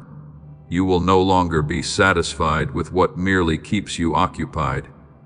You will begin to seek what transforms you. This is not lack, it is invitation. I am drawing you closer, not by force, but by the attraction of love. As it is written, draw near to God, and He will draw near to you. James 4:8. I am opening a space of communion where you do not merely know about me, but truly live in me, and allow me to live in you. Do not think that I am only adjusting a few minor details in your life. I am preparing you for a season in which you will no longer be carried away by circumstances as before. The time will come when you realize that what once unsettled you no longer holds power over you, because something within you has been rightly aligned. When your heart is set in order, your steps will no longer strive to be right. They will naturally move in the right way. As it is written, a man's heart plans his way, but the Lord directs his steps. Proverbs 16:99. So your part is not to control every turn, but to remain in trust. I do not require you to understand the entire journey. I invite you to walk in surrender. Let your heart soften before me. Do not harden yourself against change, simply because it draws you out of what is familiar. What I lead you away from is not something you are losing, but something you no longer need to carry. Do not return just because you remember the old feeling. For where I am leading you is not an empty void, but a path already prepared. For I know the plans I have for you, plans for peace and not for evil, to give you a future and a hope. Jeremiah 29:11. That promise is not distant. It is unfolding with each step you take, even if you do not yet see it in full. And my beloved, there is something you must hold firmly. What you are going through is not meaningless disruption. It is rearrangement. I am setting each piece of your life into place so that it aligns with the purpose I established from the beginning. You may feel as though everything is changing too much, too quickly. But in truth, I am bringing everything into its rightful position, like a builder carefully arranging stones to form a solid foundation. I do not allow a single detail to be misplaced. And when this work is complete, you will look back and understand that nothing was wasted. Nothing was without purpose. Everything served a greater design. I am not only leading you along the path, I am transforming you into one who can walk firmly upon it. For if what is within you is not aligned, then even in the right place, you may still walk in the wrong way. But when you have been set right at the deepest level, no circumstance will be able to turn you aside. The Lord makes firm the steps of the one who delights in him. Psalm 37:23. This is not merely a promise, but a reality I am establishing within you. So be at peace. Do not let passing emotions cause you to doubt the work I am doing. I do not work halfway, and I do not abandon what I have begun. What I am doing in you is complete, filled with love and wisdom. You are not being left behind. You are being led forward. Even if the movement sometimes feels slow or quiet, trust that I am present in every motion. And as you continue to walk in trust, you will see that you are not only arriving at the right place, but becoming the right person, the one I ordained from the beginning. My beloved child, when I have reset the inner axis within you, I do not stop there, but go deeper into the hidden place, that even you often avoid, the place where the true reasons behind your actions are formed. It is not what you do outwardly that first draws my attention, but what lies beneath the quiet motivations guiding each choice. There are times when you do what is right, yet your heart is still driven by the need for recognition, by the fear of being overlooked, or by the desire to prove your worth. It is there that I begin the work of refinement. For if the root is not cleansed, the fruit, no matter how beautiful, will not endure. As it is written, the Lord does not see as man sees, for man looks at the outward appearance, but the Lord looks at the heart. 1 Samuel 16:97. Therefore, I am not persuaded by form. I search the depths of your soul. For this very reason, you will see me allow certain things to leave your life. Opportunities that seem timely yet quietly close. Relationships that once supported you, yet gradually grow distant. Expectations that once drove you yet now dissolve. Do not misunderstand. This is me taking away what is good. I am protecting you from losing yourself while pursuing what only appears good. When there is no one left to impress, you begin to face the true reasons behind your actions. When the applause fades, you will discern for whom you are truly walking. All a person's ways seem pure in their own eyes, but the Lord weighs the spirit. Proverbs 16:2. And that weighing is love, not harsh judgment. Consider Saul, a king who acted before he was permitted, not because he did not know what was right, but because he feared losing the approval of people. He offered sacrifice to secure their favor, yet lost obedience. And at that point, his foundation began to tremble. In contrast, David, a shepherd without status, was chosen not because he was flawless, but because his heart was turned toward me. I have found David, a man after my heart, who will do all my will. Acts 13:22. Do you see? I do not seek perfection in action. I seek sincerity in motive. When your heart is upright, I can shape everything else. And remember Joseph, a man not defined by his circumstances. Please know that every seed you plant in this mission will grow into a torch that shines in someone else's darkness. Giving to this work through the link in the description or the pinned comment, whether by buying a coffee, making a donation, or becoming a member of our Ko-Fi community, does not go to a channel. Your actions are supporting a divine mission to save lost souls. Heaven moves through willing voices, but it grows through hearts that are kind. This is what I say over you now. Each gift you give is like a stream of living water that flows into the life of someone who needs healing. Give, and it will be given to you, is not just a verse for Jesus. It is a living promise that shapes your future. Allow me to invite you now with a simple act of faith. Come into this moment with purpose, with honesty, and with hope. The money you give today is not a donation. The act of spiritual obedience that lets your heavens open is what opens them. Let go of your seed and see what God brings back into your life. When he was sold, he did not allow bitterness to corrupt his heart. When he was falsely accused, he did not allow injustice to distort his faithfulness. He served in obscurity, not to be seen, but because he knew that I saw the Lord was with Joseph and gave him success in whatever he did. Genesis 39:23. It was the purity of his motive that made my presence evident in his life, and that presence lifted him, not as a reward for ambition, but as the natural outcome of faithfulness. So it will be with you when your heart is no longer divided.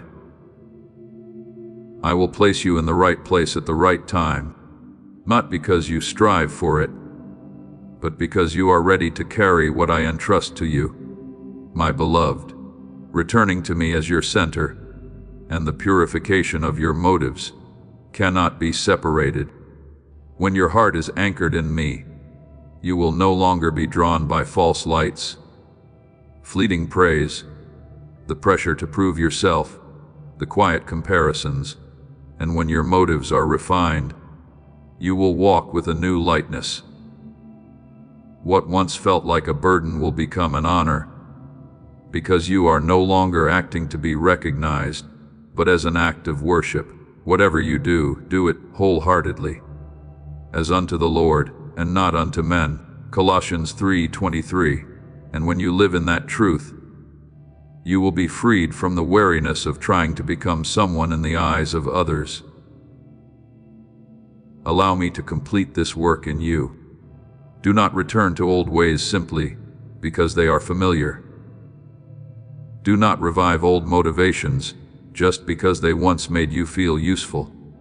I am teaching you a new way of living, where every action flows from union with me, not from external pressure. And as you walk from that place, you will no longer be shaken by praise or criticism, by success or failure.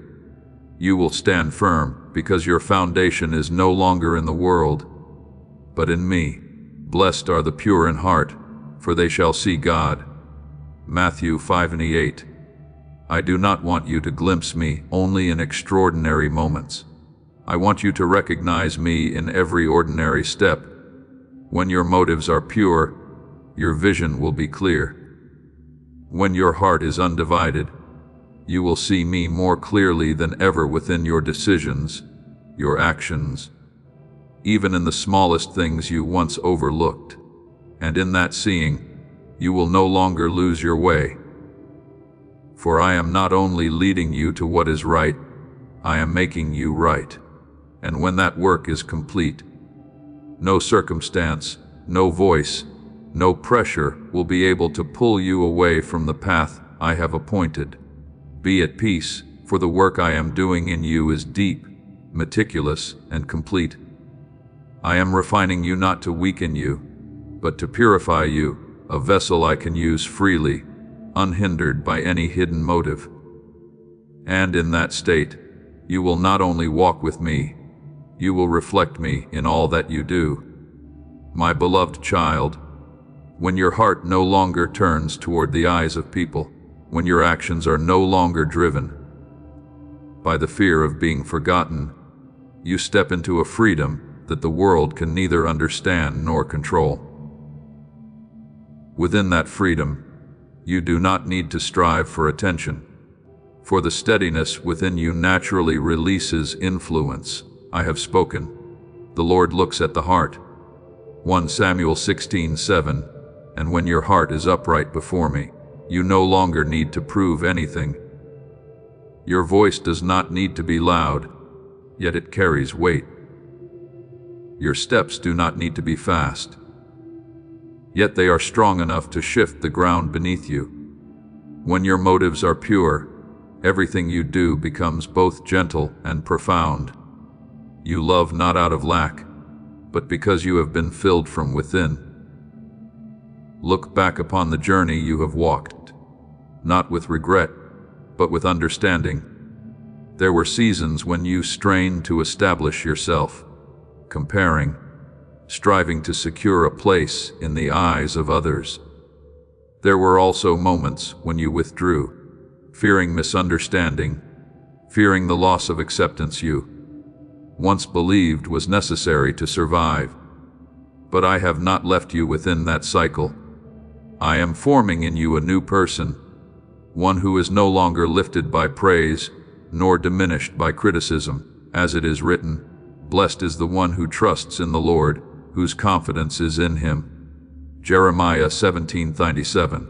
For such a one no longer depends on external sources to stand firm, but is sustained by a well that never runs dry.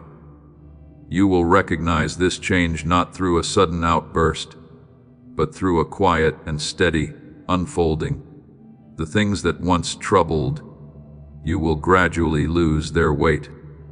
The silent comparisons that once governed you will lose their appeal. The words that once unsettled you will pass like the wind. This is not coldness, it is maturity. I am completing an inner work within you, a work unseen by human eyes, yet deeply perceived by your soul.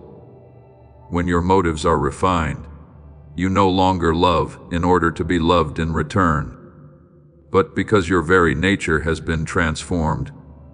You no longer act to prove yourself, but because you know you belong to me. And my beloved, I am not doing this to separate you from the world, but to establish you firmly within it without being carried away by it. I do not call you to withdraw.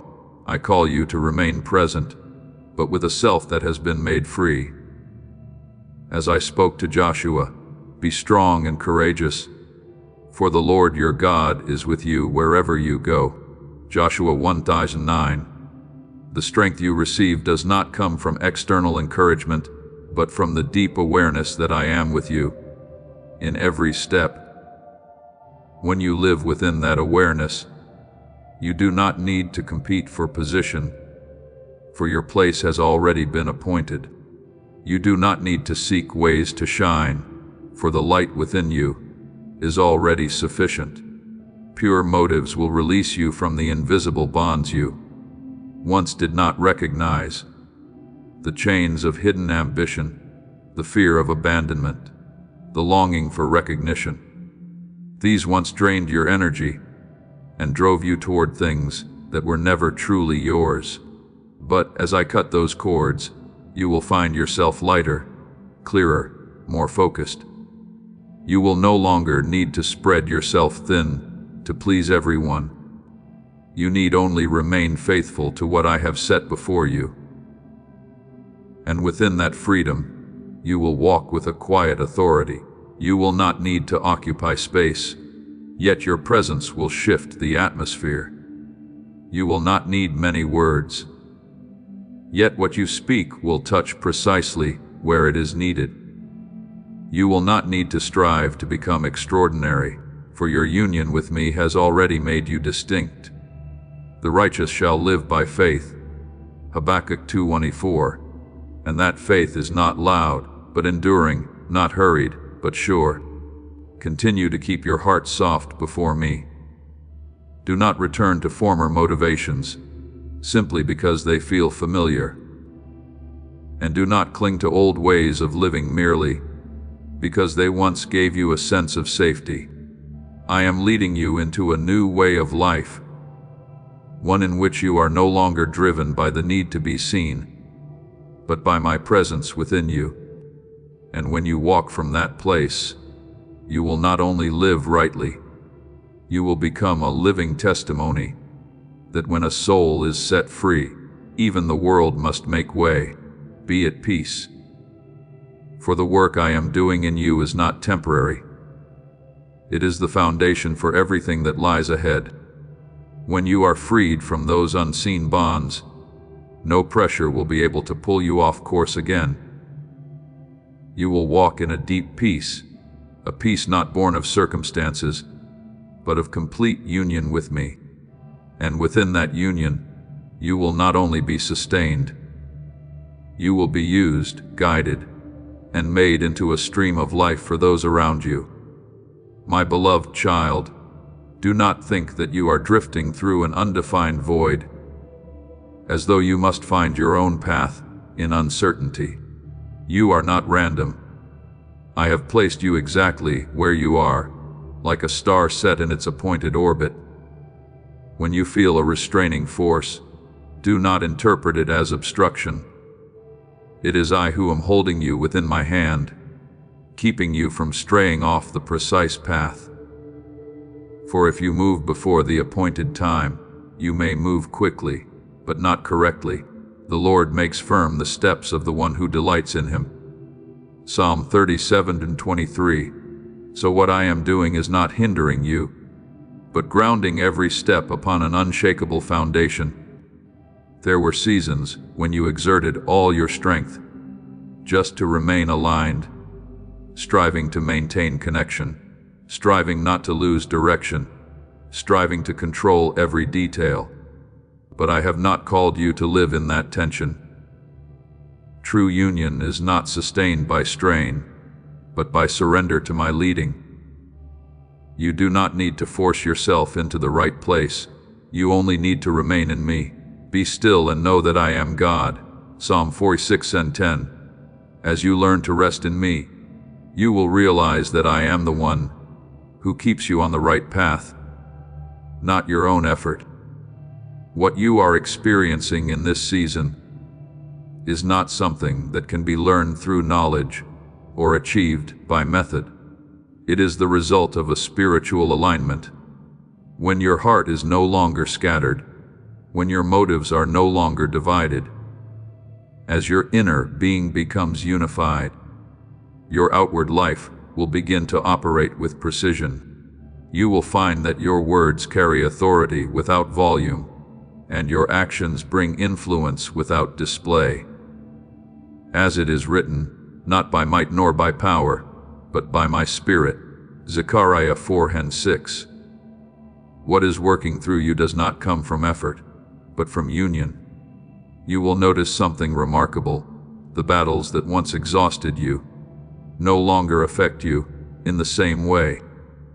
Not because circumstances have disappeared, but because your way of engaging has changed. You no longer react in every direction. No longer spend energy on what I have not assigned. You learn to wait, to listen, and to act only when I speak. To everything there is a season, Ecclesiastes 3:1. And when you move within the right timing, you will not struggle in chaos, but walk in precision. Therefore, my beloved, do not be afraid when you feel held back. Do not mistake waiting for stagnation. What I am doing is not slowing you down, but aiming you toward a target you cannot yet see. Like an arrow that must be drawn back before it is released, you are in that moment of preparation. Without the tension, the arrow cannot travel far. Without alignment, it cannot fly straight. A man's heart plans his way, but the Lord directs his steps. Proverbs 16:9. So your part is not to launch yourself, but to trust the one who holds the bow. And when the time comes, I will not delay. I will release you in the right direction, at the right moment with a force you could never produce on your own. Then you will go farther than you imagined, with greater precision than you conceived, not because you have strived enough, but because you have been prepared rightly. Those who wait upon the Lord shall renew their strength. They shall soar on wings like eagles. Isaiah 4:31. And that soaring does not come from haste, but from waiting in the right place. You are not lost, and you have not been left behind.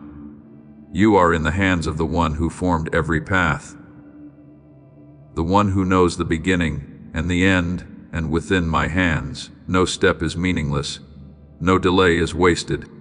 Everything is serving a release that will come at the appointed time. Remain at rest in my leading. Do not rush to escape the place where I am holding you simply because you cannot yet see the full picture.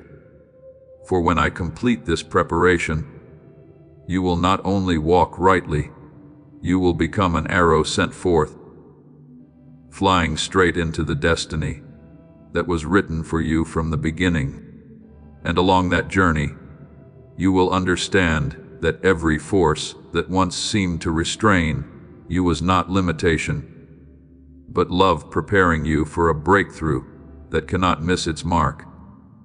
My beloved child, the way I bring you back into alignment has never been through loud sounds that startle you, but through deep, gentle touches that only an awakened soul can discern. I do not begin by changing what your eyes can see, but by adjusting the rhythm of thought that quietly guides you each day. When you realize you are no longer drawn to what once captivated you, when what once seemed dazzling begins to fade, when you start to long for what is truer and deeper, this is not the loss of joy, but the sign that I am resetting the direction of your heart. I will give you a new heart and put a new spirit within you. Ezekiel 36:26. And that renewal is the beginning of every right movement in your life. Understand this clearly and hold it as an unshakable truth. I do not lead you by fear. I do not force you into what is right through pressure or threat. I lead you by inclining your heart toward me. When your heart truly turns toward me, wrong paths do not need to be forbidden. They simply lose their appeal.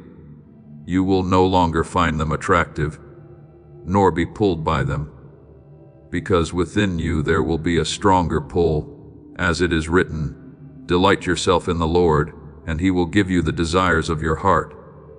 Psalm 37:9-4. For when your delight is in me, I myself shape your desires. In that place, you do not have to struggle to avoid what is wrong. You naturally walk into what is right. Look at how I work within creation, so you may understand more deeply. A flower does not need to be commanded to turn toward the light. Its nature causes it to seek its source of life. In the same way, your soul, once touched by my light, will begin to align without coercion. This is the first mechanism of alignment. I draw the heart first, and then your steps will follow. Trust in the Lord with all your heart, and He will make straight your paths. Proverbs 3:5-6. And that guidance does not always come from the outside, but from the quiet transformation within. My beloved, remember the story of Ruth. No command forced her to leave her homeland. No pressure compelled her to choose the difficult path. Yet something deeper drew her love and trust when she said, "Your people shall be my people, and your God my God." Ruth 1:16. She was not merely choosing a person. She was choosing a direction of heart. And that inclination led her into the flow of a greater plan she could not foresee. She did not strive for position, nor attempt to force her way into destiny. She simply followed where her heart had turned. And I arranged the intersections, fields, people, opportunities with precision, without display. So it is with you. When your heart is aligned, I will lead you into places you could never find on your own and connect you with what you could never create for yourself. You may call it coincidence, but I call it arrangement. A person's steps are directed by the Lord. Proverbs 20:24. So what you need is not control over every detail, but a heart that remains rightly oriented. When your heart is right, the path will open. When your motives are pure, the doors will appear. You may feel a sense of unfamiliarity in this season, as what once attracted you no longer holds its pull, and what once kept you busy now feels empty. Do not be afraid of that shift. It is not that you are losing yourself, but that you are returning to the person I originally intended you to be. I am removing the layers that no longer fit, so that what is true within you may be revealed. In this process, I am placing within you a new sensitivity. You begin to discern what is false that you once could not see, and you feel a deep peace when you encounter what is true. You shall know the truth, and the truth shall set you free. John 8:32. And that freedom does not come from outside, but from inner recognition. Therefore, my beloved, do not resist this subtle movement, simply because it is not loud. Do not seek grand signs while overlooking small shifts. It is within those small things that I am doing my greatest work. Keep your heart open, soft, and willing. Do not force yourself back into what you have already outgrown. Do not doubt when you no longer resonate with what once stood at your center. This is the sign that you are being drawn into your rightful place. I do not pull you with force so that you resist. I draw you with love so that you willingly follow. And when you follow in this way, you will not only walk rightly, you will walk with peace, with certainty, with a joy that does not depend on circumstance. You will come to realize that you no longer need to strive to be in the right place, because I myself am holding you there. Trust this. When your heart is turned toward me, you cannot wander far. And as you remain in my light, each step you take will naturally become precise.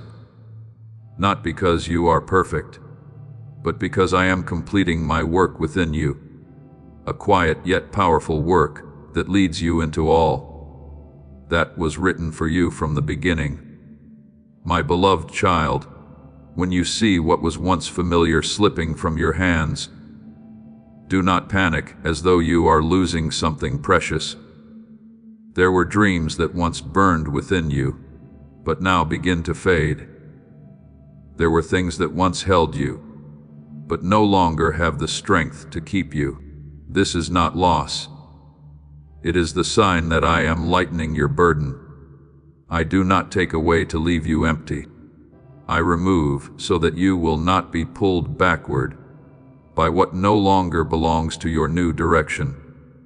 Commit your way to the Lord, and He will bring it to pass. Psalm 37:5. And as you entrust your way to me, I will sift what no longer fits, without requiring you to analyze every detail on your own.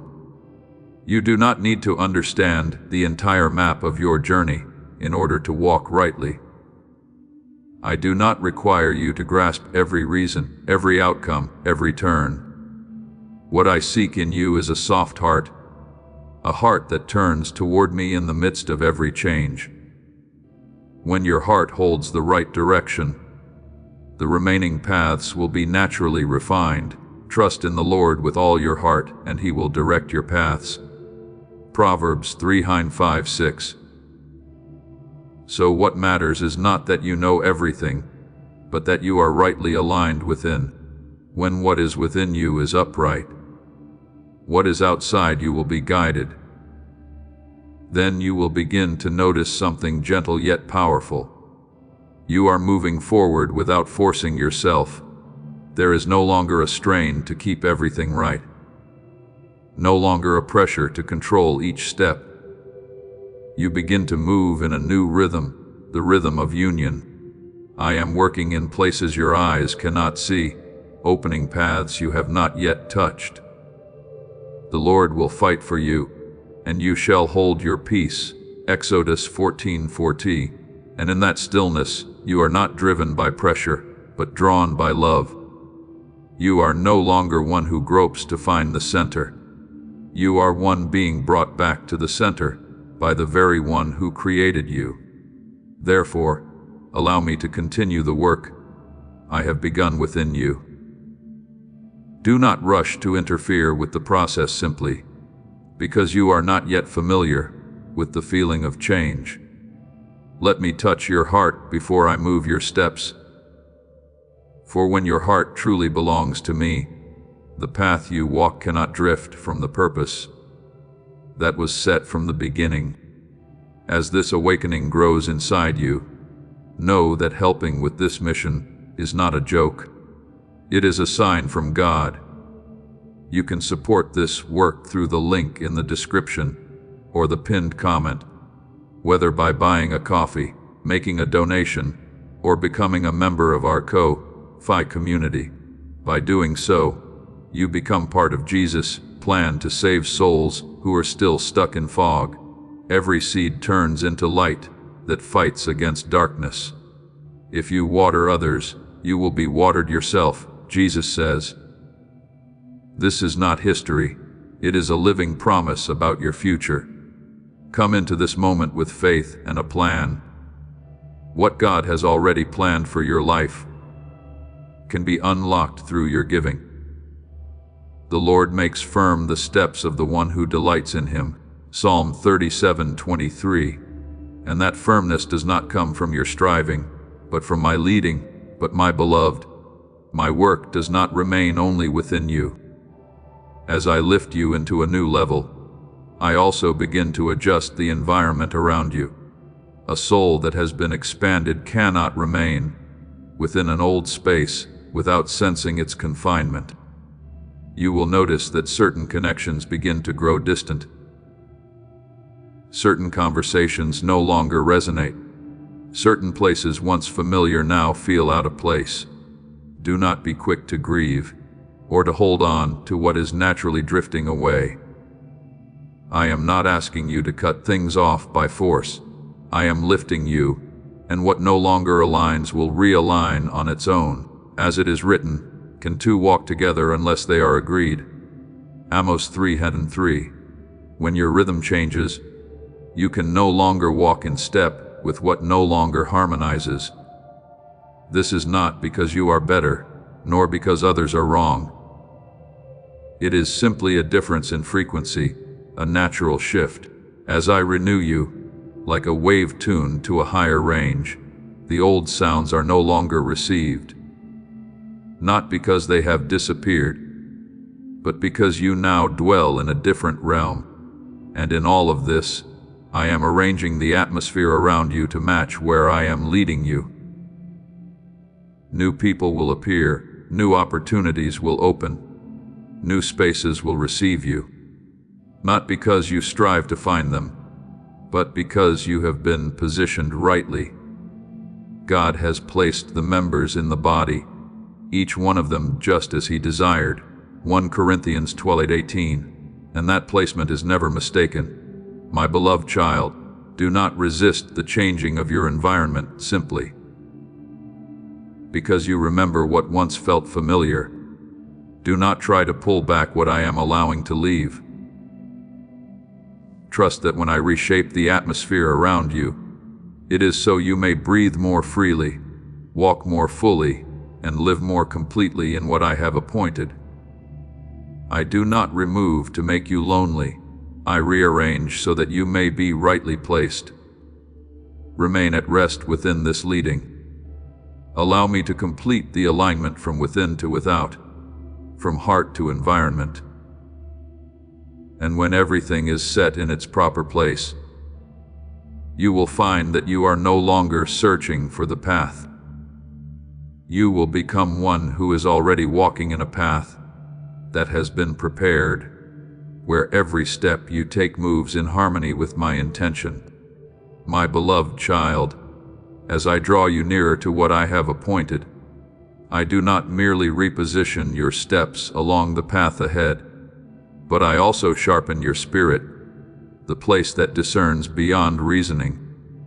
I am placing within you a capacity for discernment that you have not previously lived in. You will begin to sense what is right or not before your mind can explain it. There will be places you enter where your heart suddenly feels heavy, as though an unseen door has closed. Do not ignore that sensation, for it is I gently saying, no. There will be opportunities that sound reasonable, even right by logic, yet stir unrest within you. This is not weakness, but a signal I have placed within you to protect you from choices that are not yours. Conversely, there will be things not yet fully clear, not yet meeting ideal conditions in your understanding. Yet, when you consider them, your heart grows lighter, brighter, and peace begins to flow. That is when I am whispering, go forward. Let the peace of God rule in your hearts. Colossians 3:15. And you must understand that this peace is not merely a passing pleasant feeling. It is my mark, a deep confirmation that cannot be imitated. I do not speak only through great words or visible signs. I speak through the rhythm of your soul, through the quiet resonance that only you and I share. Do not dismiss these inner responses. They are not uncertainty or vague emotion. They are the language of heaven placed within you, a language without words yet full of authority. The closer you come to your purpose, the clearer this sensitivity will become. You will no longer require an abundance of external evidence to decide. You will recognize direction from within, because I am within you, leading you from the center. Remember the account when Samuel was sent to anoint the one I had chosen. He saw Eliab, a man of strong appearance, fitting the image of a king, and assumed he must be the appointed one.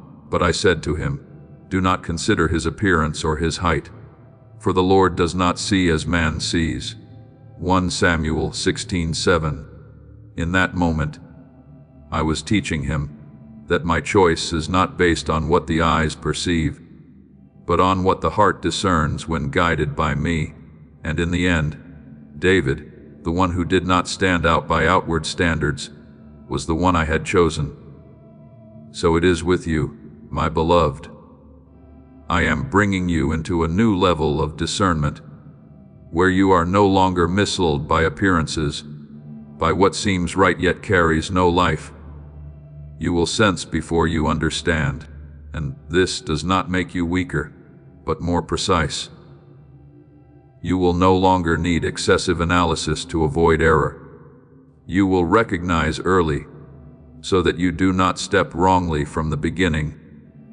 This sensitivity does not come from striving to learn more, but from drawing nearer to me. When you remain near the light, you naturally see more clearly. When you abide in union, you naturally discern what is right and what is not without strain. My sheep hear my voice. I know them, and they follow me. John 10:27. And that voice is not always a clear spoken word. It may come as peace, as a warning, as a gentle prompting. Therefore, do not return to your former way of living, the way of relying only on reasoning or surface emotions to decide. I am inviting you to live by a deeper leading, a leading that arises from a spirit that has been awakened. When you trust that guidance, you will walk with a new certainty, not because you know everything, but because you know who is leading you. My beloved, this is not confusion, it is elevation. I am making you more sensitive, more refined, and more precise in every step. And as you continue to trust, you will realize that you are no longer walking in assumption, but in knowing a knowing that flows from my presence within you. My beloved child, as I draw you closer to the place I have appointed, I do not only realign your heart, reorder your environment, or sharpen your discernment, I also place within you a movement you have not known before, a deep inner stirring I call holy unrest. Do not confuse this with the anxiety of the flesh.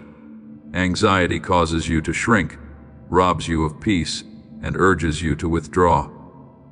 But what I place within you does not carry panic. It carries a gentle yet steady urging that will not allow you to remain in what is old. It is like the awareness that something significant is approaching. No one forces you. Yet within you, something begins to move, to prepare, to rearrange, to renew, even before your eyes can see it. Recognize that this feeling is not a sign that you are losing control, but evidence that I am at work within you. When I begin to reposition a soul, I awaken this movement before I change the outward circumstances. You will find yourself no longer comfortable with familiar patterns, no longer drawn to return to habits that once sufficed, not because those things are evil, but because they no longer align with the person I am forming in you. Behold, I am doing a new thing, now it springs forth. Do you not perceive it? Isaiah 40:19. This new thing does not always arrive with loud signs. Often it begins as a subtle stirring within the soul, a shift that only you and I can truly discern. You may wonder why what once satisfied you now feels restrictive, why limits you once accepted now feel confining. Understand that this is not dissatisfaction born of the flesh, wanting more, but the sign of expansion that I am bringing. When a soul is lifted to a higher level, it cannot continue to live within old structures without sensing their constraint As it is written, enlarge the place of your tent. Isaiah 54:2. I am expanding your inner capacity. And that expansion is what makes what once fit now no longer sufficient. My beloved, do not try to suppress this holy unrest simply because you wish to preserve what is familiar. Do not rush to return to what is old, just to regain a sense of security.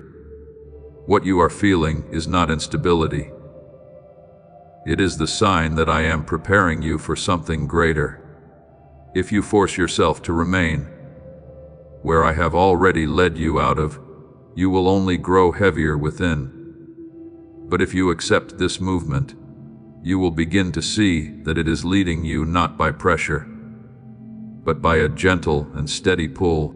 So it is that you are being drawn into a season where you can no longer remain at rest within old structures, habits that once sufficed, ways of thinking that once seemed reasonable, limits you once accepted.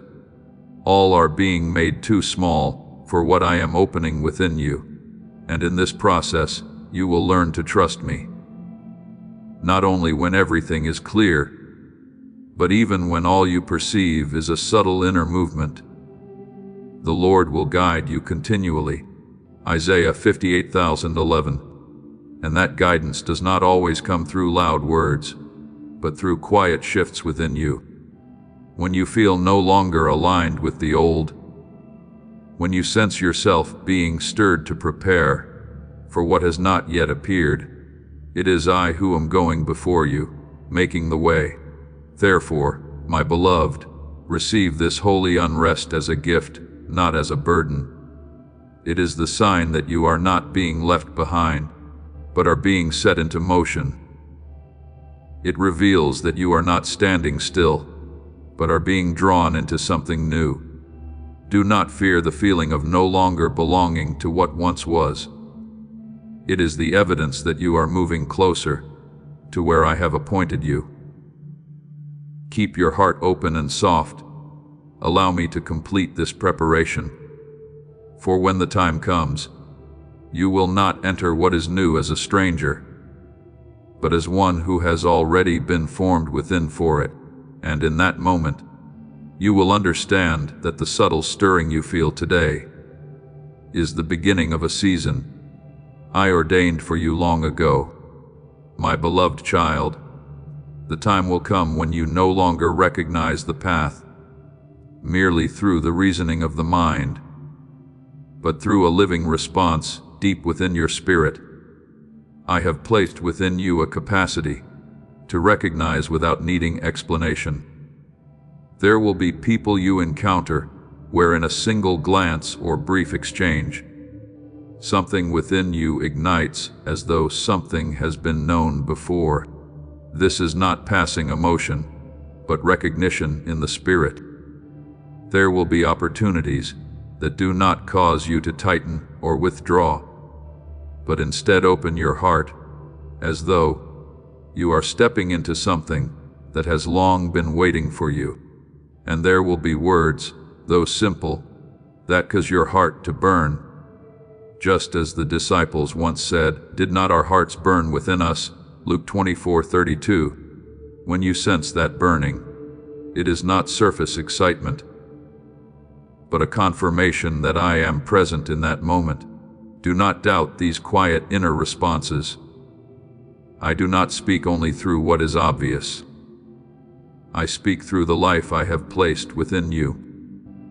The closer you come to what I have appointed, the more you will recognize that the most important intersections do not require your striving to create. You do not need to scheme to meet the right people or seize the right opportunities. I am the one who orchestrates what you cannot see. I arrange the timing. I open the circumstances. I use your smallest steps to bring you into places of greater meaning. The Lord Himself goes before you and will be with you. Deuteronomy 31:8. So when I go before you, you do not need to run ahead.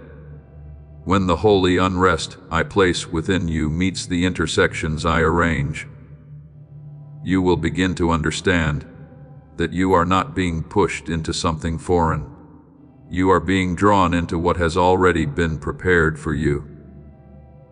What unfolds is not coincidence, though it may appear so outwardly. A chance encounter, a door opening at the right moment, a word that meets a hidden need within you. These are the pieces I set in place. All things work together for good for those who love God, Romans 8:28, and that working together is not accident, but orchestration. You are about to enter your divine future. Remember that this message does not end with you. People can use your breakthrough to get where they need to go through the link in the description or the pinned comment. Whether by buying a coffee, making a donation, or becoming a member of our Ko-Fi community, you can help this mission. By doing so, you are sowing into the awakening, deliverance, and restoration of souls who are still trapped in darkness. This is not poetry when Jesus says, "Give, and heaven will open over you." Every seed you plant turns into oil for your destiny, fire for your calling, and safety for your family. Now is your time, my child. Have faith, and as you do, watch God multiply what you let go of. My beloved, let your heart trust rather than control. Do not chase every opportunity, as though everything depends on your effort. Do not allow anxiety to convince you that if you do not manage everything yourself, you will miss what matters. What I have appointed for you cannot be lost, simply because you do not strain to hold it. I do not require your attention to accomplish my plan. I require your readiness, an open heart, and an obedient step. Therefore, do not fear the gentle stirring within you. Do not dismiss what you cannot fully explain. When you feel yourself drawn toward a point of light, when a path opens at the very moment, you are ready to step into it. When a person appears and awakens something deep within you, recognize that I am at work. I am not bringing confusion. I am leading you into the intersection between time and purpose, and at those intersections, you will come to recognize a truth you once only understood in words. Nothing is random. Every detail, every moment, every encounter bears my hand upon it. I am placing you exactly where you belong. Neither early nor late, neither misplaced nor mistaken. Walk with this awareness, my beloved, not in haste, but in certainty, not in anxiety, but in peace. You are not one striving to find a path. You are one being led into a path already prepared. And as you walk within that leading, you will see that all things are converging, not to confuse you, but to fulfill what I have written for your life from the beginning. My beloved child, as I draw you into deeper alignment, you will not always encounter what is entirely unfamiliar, as though I were leading you into a different world. Often I will revive what you have once touched, once felt stirred by, once believed long ago. Yet this time they will no longer feel vague or fragile. They will return with new life, with deeper substance, with a certainty you cannot deny. You will recognize that what once awakened your soul was not a passing illusion, but the imprint of a design I placed within you from the beginning. When I awaken it again, you will not feel estranged. You will feel as though you have come home. He has made everything beautiful in its time. Ecclesiastes 3:7-11. And what was once sown in you now begins to bloom, because its appointed time has come. This revival is not a return to the past, but an entrance into a higher expression of the same promise. What you once understood in part now becomes more complete. What you once saw from afar now becomes near and clear. You no longer doubt as before, for within you there is a knowing that cannot be shaken. I am not repeating what was old. I am completing what I began within you. And when that design is reawakened, your soul no longer needs to strive to believe. You simply know, alongside this, I begin another work within you. I quiet the unnecessary voices and bring my voice to the forefront. You will notice that what once stirred you, silent comparisons, endless debates, fluctuating emotions, no longer holds its pull. This is not indifference but elevation. Be still before the Lord. Psalm 37:7. This is not a command of restraint, but an invitation into a space where you can hear more clearly. You will begin to long for stillness, not because you wish to withdraw, but because within stillness you recognize my presence more distinctly. You will no longer feel the need to enter every conversation or prove yourself in every setting. You will speak less, yet what you say will carry greater depth. You will listen more, and what you hear will not be limited to outward sound, but will include my voice within.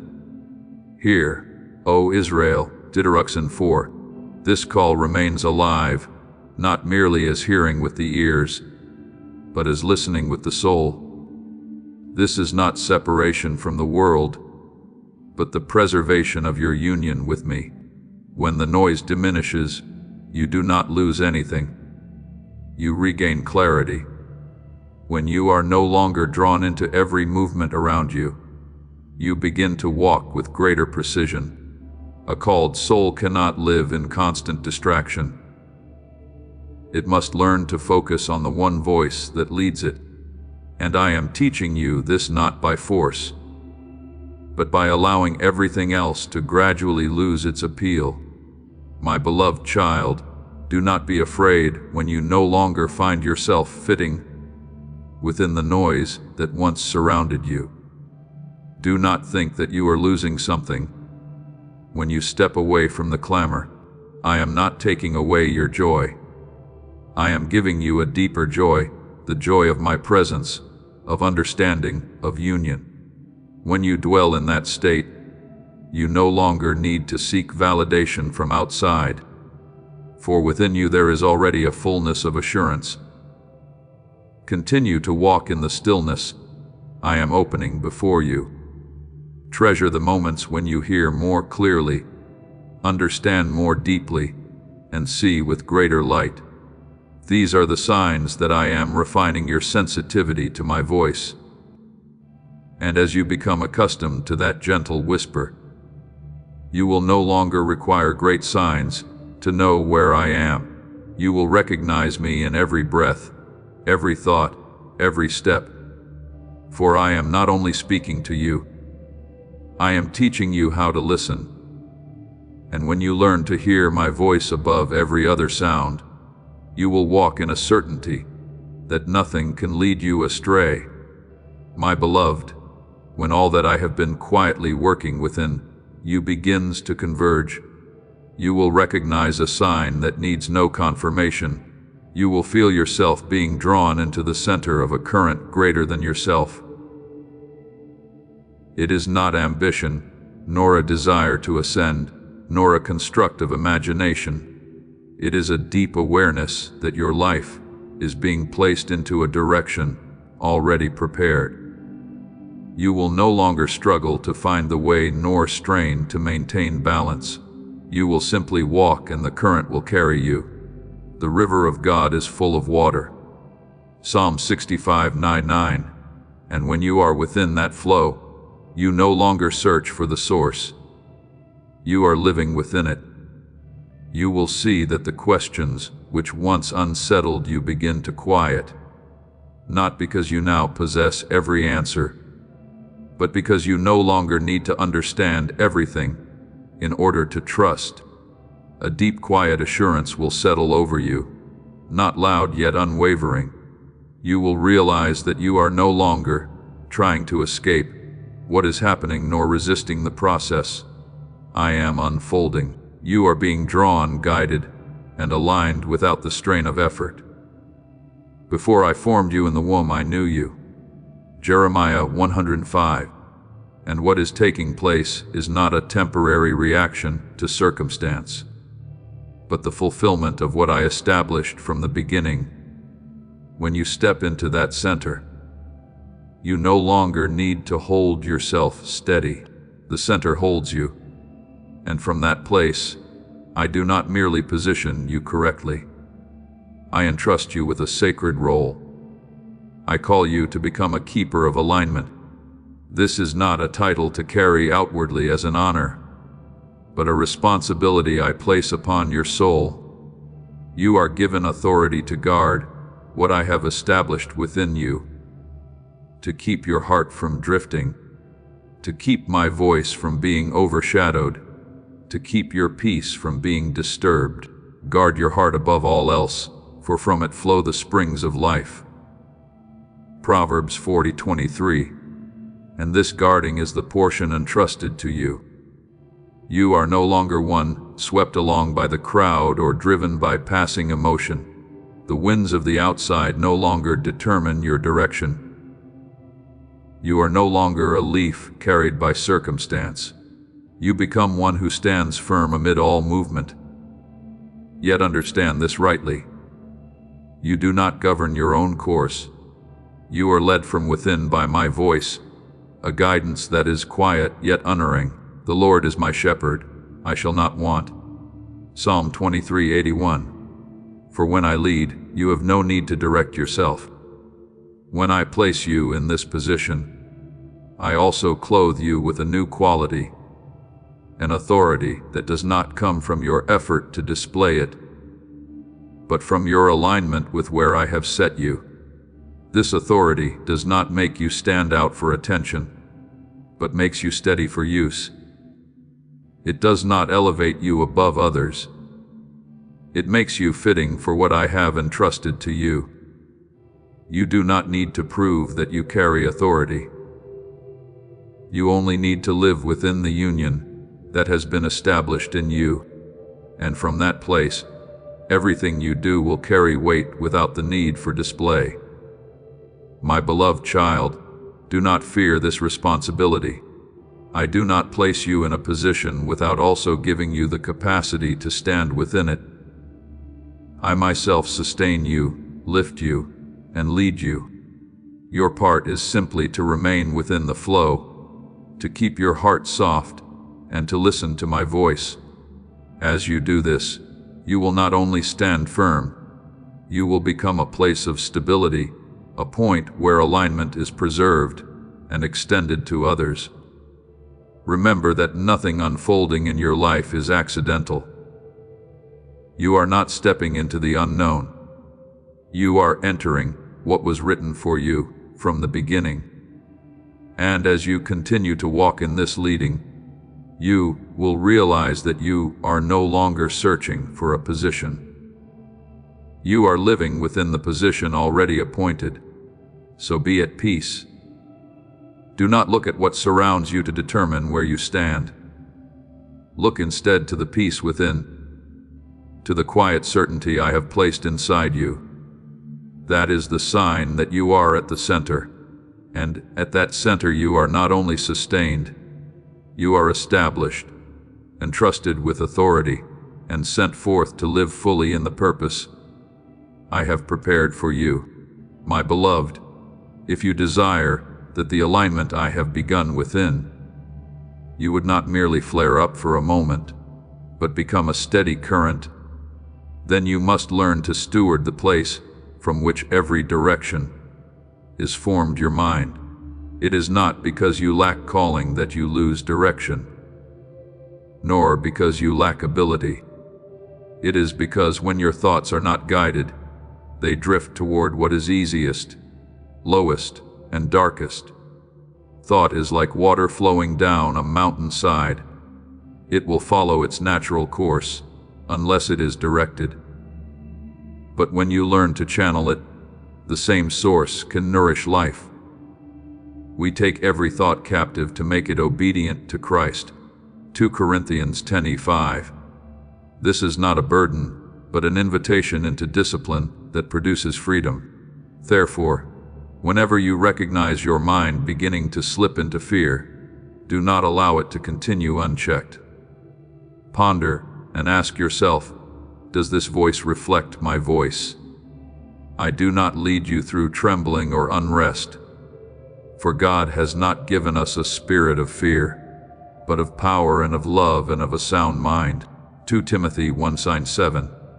If a thought causes you to shrink, to doubt your identity, or to lose your peace, then recognize it is not from me. I do not speak through threat.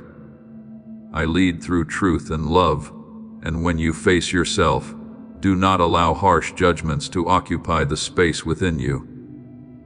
I correct you, but I do not crush you. I shape you, but I do not diminish you. If a thought causes you to feel worthless, rejected, or unworthy, then ask, does this align with what I have spoken over you? There is now no condemnation for those who are in Christ Jesus. Romans 8:1. When you are in me, you are not driven away by condemnation, but drawn closer by grace. My beloved, the stewardship of your thoughts is not a battle you win once and for all. It is a daily discipline, a continual alertness. Just as a watchman at the city gate cannot fall asleep, so you cannot abandon the doorway of your mind. Guard your heart above all else, for it is the wellspring of life. Proverbs 4:23. For from it flow all the currents of your life. If you leave that gate unguarded, what does not belong to you will find its way in. But if you stand firm, if you keep watch, peace will be preserved.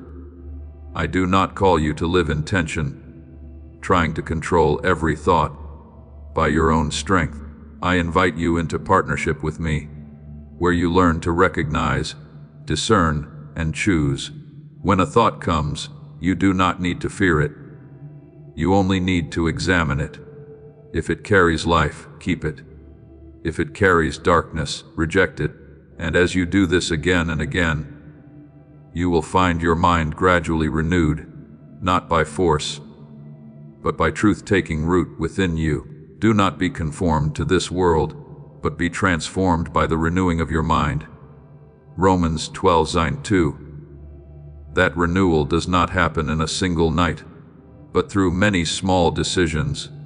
Each time you choose truth over falsehood, peace over fear, trust over doubt, every one of those choices, though they may seem small, is reshaping the inner current within you.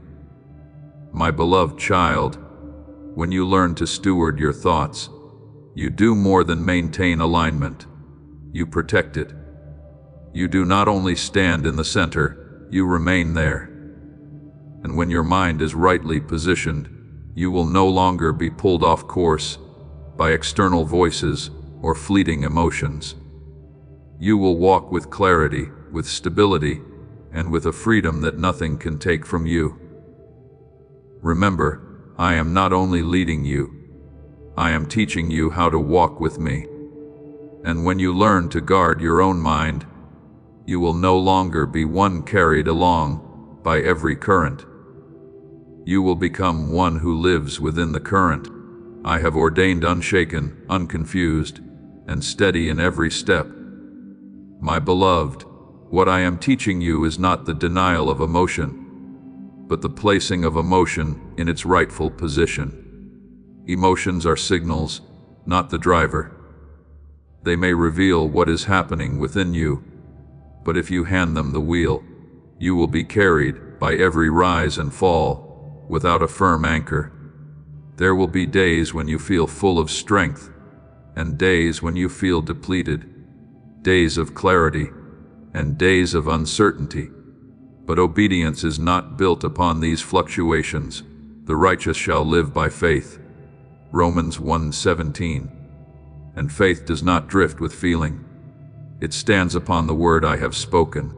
Therefore, the one who maintains alignment is not the one who always feels ready, but the one who continues to walk even without the support of emotion. They pray not only when their heart overflows, but even when all within feels quiet.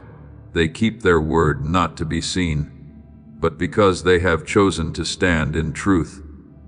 They continue in the direction I have set, even when the body is weary and the mind longs to stop. Remember Daniel. He did not adjust his rhythm according to circumstance or feeling. Even when he knew the consequence could be the lion's den, he knelt and prayed as he always had. Daniel 6:10. His consistency was not stubbornness. It was the foundation that kept him rightly positioned. My beloved, true maturity is not measured by moments of emotional intensity, but by quiet choices that no one sees. It is in the small, repeated decisions that you are shaping the trajectory of your life. Each time you choose what is right, even when you do not feel like doing it, you are setting an anchor that keeps you from drifting. He who is faithful in what is least is faithful also in much. Luke 16:7-10. Each time you choose what is right despite how you feel, you are carving a new pathway within your soul. I do not require you to be strong in the way you imagine. I do not demand that you always feel right. I simply invite you to choose what is right, even when your emotions do not agree. When you do this, you are declaring to your soul that I am the one who leads you, not the fluctuations within you. And over time, you will see something remarkable. Your emotions will begin to follow your obedience rather than lead it. Hold this truth within you. Stability does not come from controlling your emotions, but from refusing to let them determine your direction. As you walk with me, whether in bright days or dark, you are strengthening the path beneath your feet. And as you continue, you will no longer be pulled off course by temporary shifts. My beloved child, I am not only teaching you how to feel, I am teaching you how to live. A life not led by mood, but by truth. A life not carried by emotion, but grounded in union with me. And as you step into that way of living, you will find that you are no longer unstable as before, but steady, consistent, and free. Continue to walk even when you do not feel strong. Continue to hold to what is right, even when no one sees. For every such step is drawing you deeper into the path I have ordained. And there you will not merely exist, you will stand firm, unshaken, led by me in all things. My beloved, I do not teach you to deny your emotions, but to place them in their rightful position. Emotions are signals, not the steering hand. They reveal what is happening within, but they are not meant to determine your direction. If you allow them to lead, you will shift with every wave forward and backward, hot and cold without an anchor. But I call you to a different order, the order of faith. The righteous shall live by faith. Romans 1:17. Faith does not rest upon feeling. It stands upon what I have spoken, and my word does not change with your good days or your difficult ones. Therefore, understand this. Obedience is not measured by whether you feel like doing what is right, but by your willingness to do what is right when no inspiration supports you. There will be days when you feel strong and following me seems effortless, but there will also be days when you feel weary, empty, and everything you do seems without vitality. It is in those days that your faithfulness becomes more precious than any emotion. When you still pray, though your heart does not overflow, still keep your word, though no one is watching. Still walk though all within feels silent. You are building a foundation that cannot be shaken. My beloved, true growth does not lie in the moments when you feel closest to me, but in the quiet stretches when you remain faithful without support. Those small actions, those seemingly insignificant choices, are the anchors that keep you from drifting. He who is faithful in what is least is faithful also in much. Luke 16:10. Each time you choose what is right despite how you feel, you are carving a new pathway within your soul. I do not require you to feel strong emotions at all times, nor do I demand that you always feel right. I simply invite you to choose what is right again and again, day after day. And as you do this, you are teaching your soul a truth. I am the one who leads, not your emotions. Gradually, you will begin to notice a quiet shift. Your emotions will no longer govern you, but will start to follow your obedience. Hold this firmly within you. Stability does not come from controlling your emotions, but from refusing to let them decide your direction. When you stand upon my word, you will no longer waver as before. You will become steady not because you no longer feel, but because you are no longer ruled by what you feel. My beloved child, every step you take in obedience, no matter how small, no matter how hidden, is strengthening the trajectory of your life. You do not need great leaps to walk rightly. You need consistent steps. And as you continue in this way, you will realize that you are no longer carried by temporary shifts, but are moving along a clear path uphill by me. Continue to walk even when your heart feels unmotivated. Continue to hold to what is right, even when no one sees.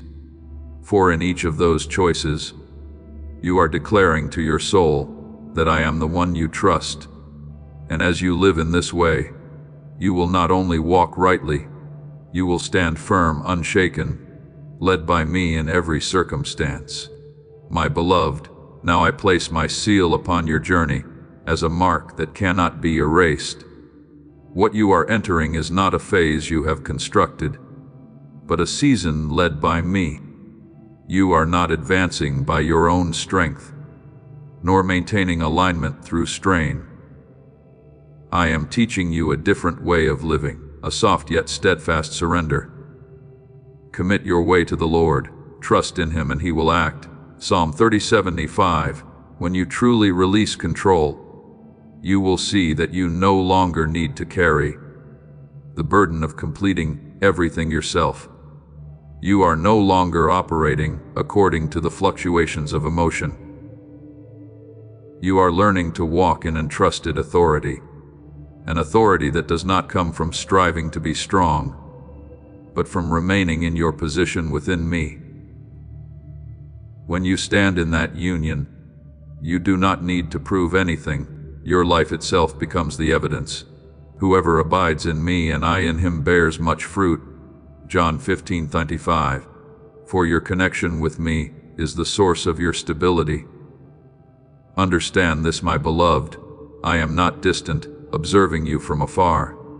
I am within you, strengthening what is weak. I go before you, preparing the way where you cannot yet see. I stand beside you, keeping you steady when the winds rise. There is not a single step you take alone. The Lord Himself goes before you and will be with you. He will never leave you nor forsake you.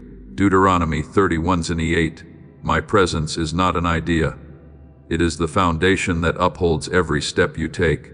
Be at peace concerning the parts of your past that once seemed scattered, misdirected, or wasted. I am gathering them all, your stumbles, your seasons of waiting, your lessons learned in silence, and weaving them into a complete design. Nothing is wasted. No experience is unnecessary. All things work together for good for those who love God. Romans 8:28. And that working together is happening within you, piece by piece. You do not need to understand how I do this. You only need to trust that I am doing it. As you continue to walk in surrender, your life will become clearer. Not because every question has been answered, but because your direction has been set. You are no longer pulled by the past, nor scattered by unnecessary possibilities. You are being placed into a single current, the current of purpose. My beloved child, keep your heart soft. Do not return to former tension. Do not attempt to reclaim the control you have already surrendered. I do not only lead you, I hold you. I do not only open the way, I walk with you.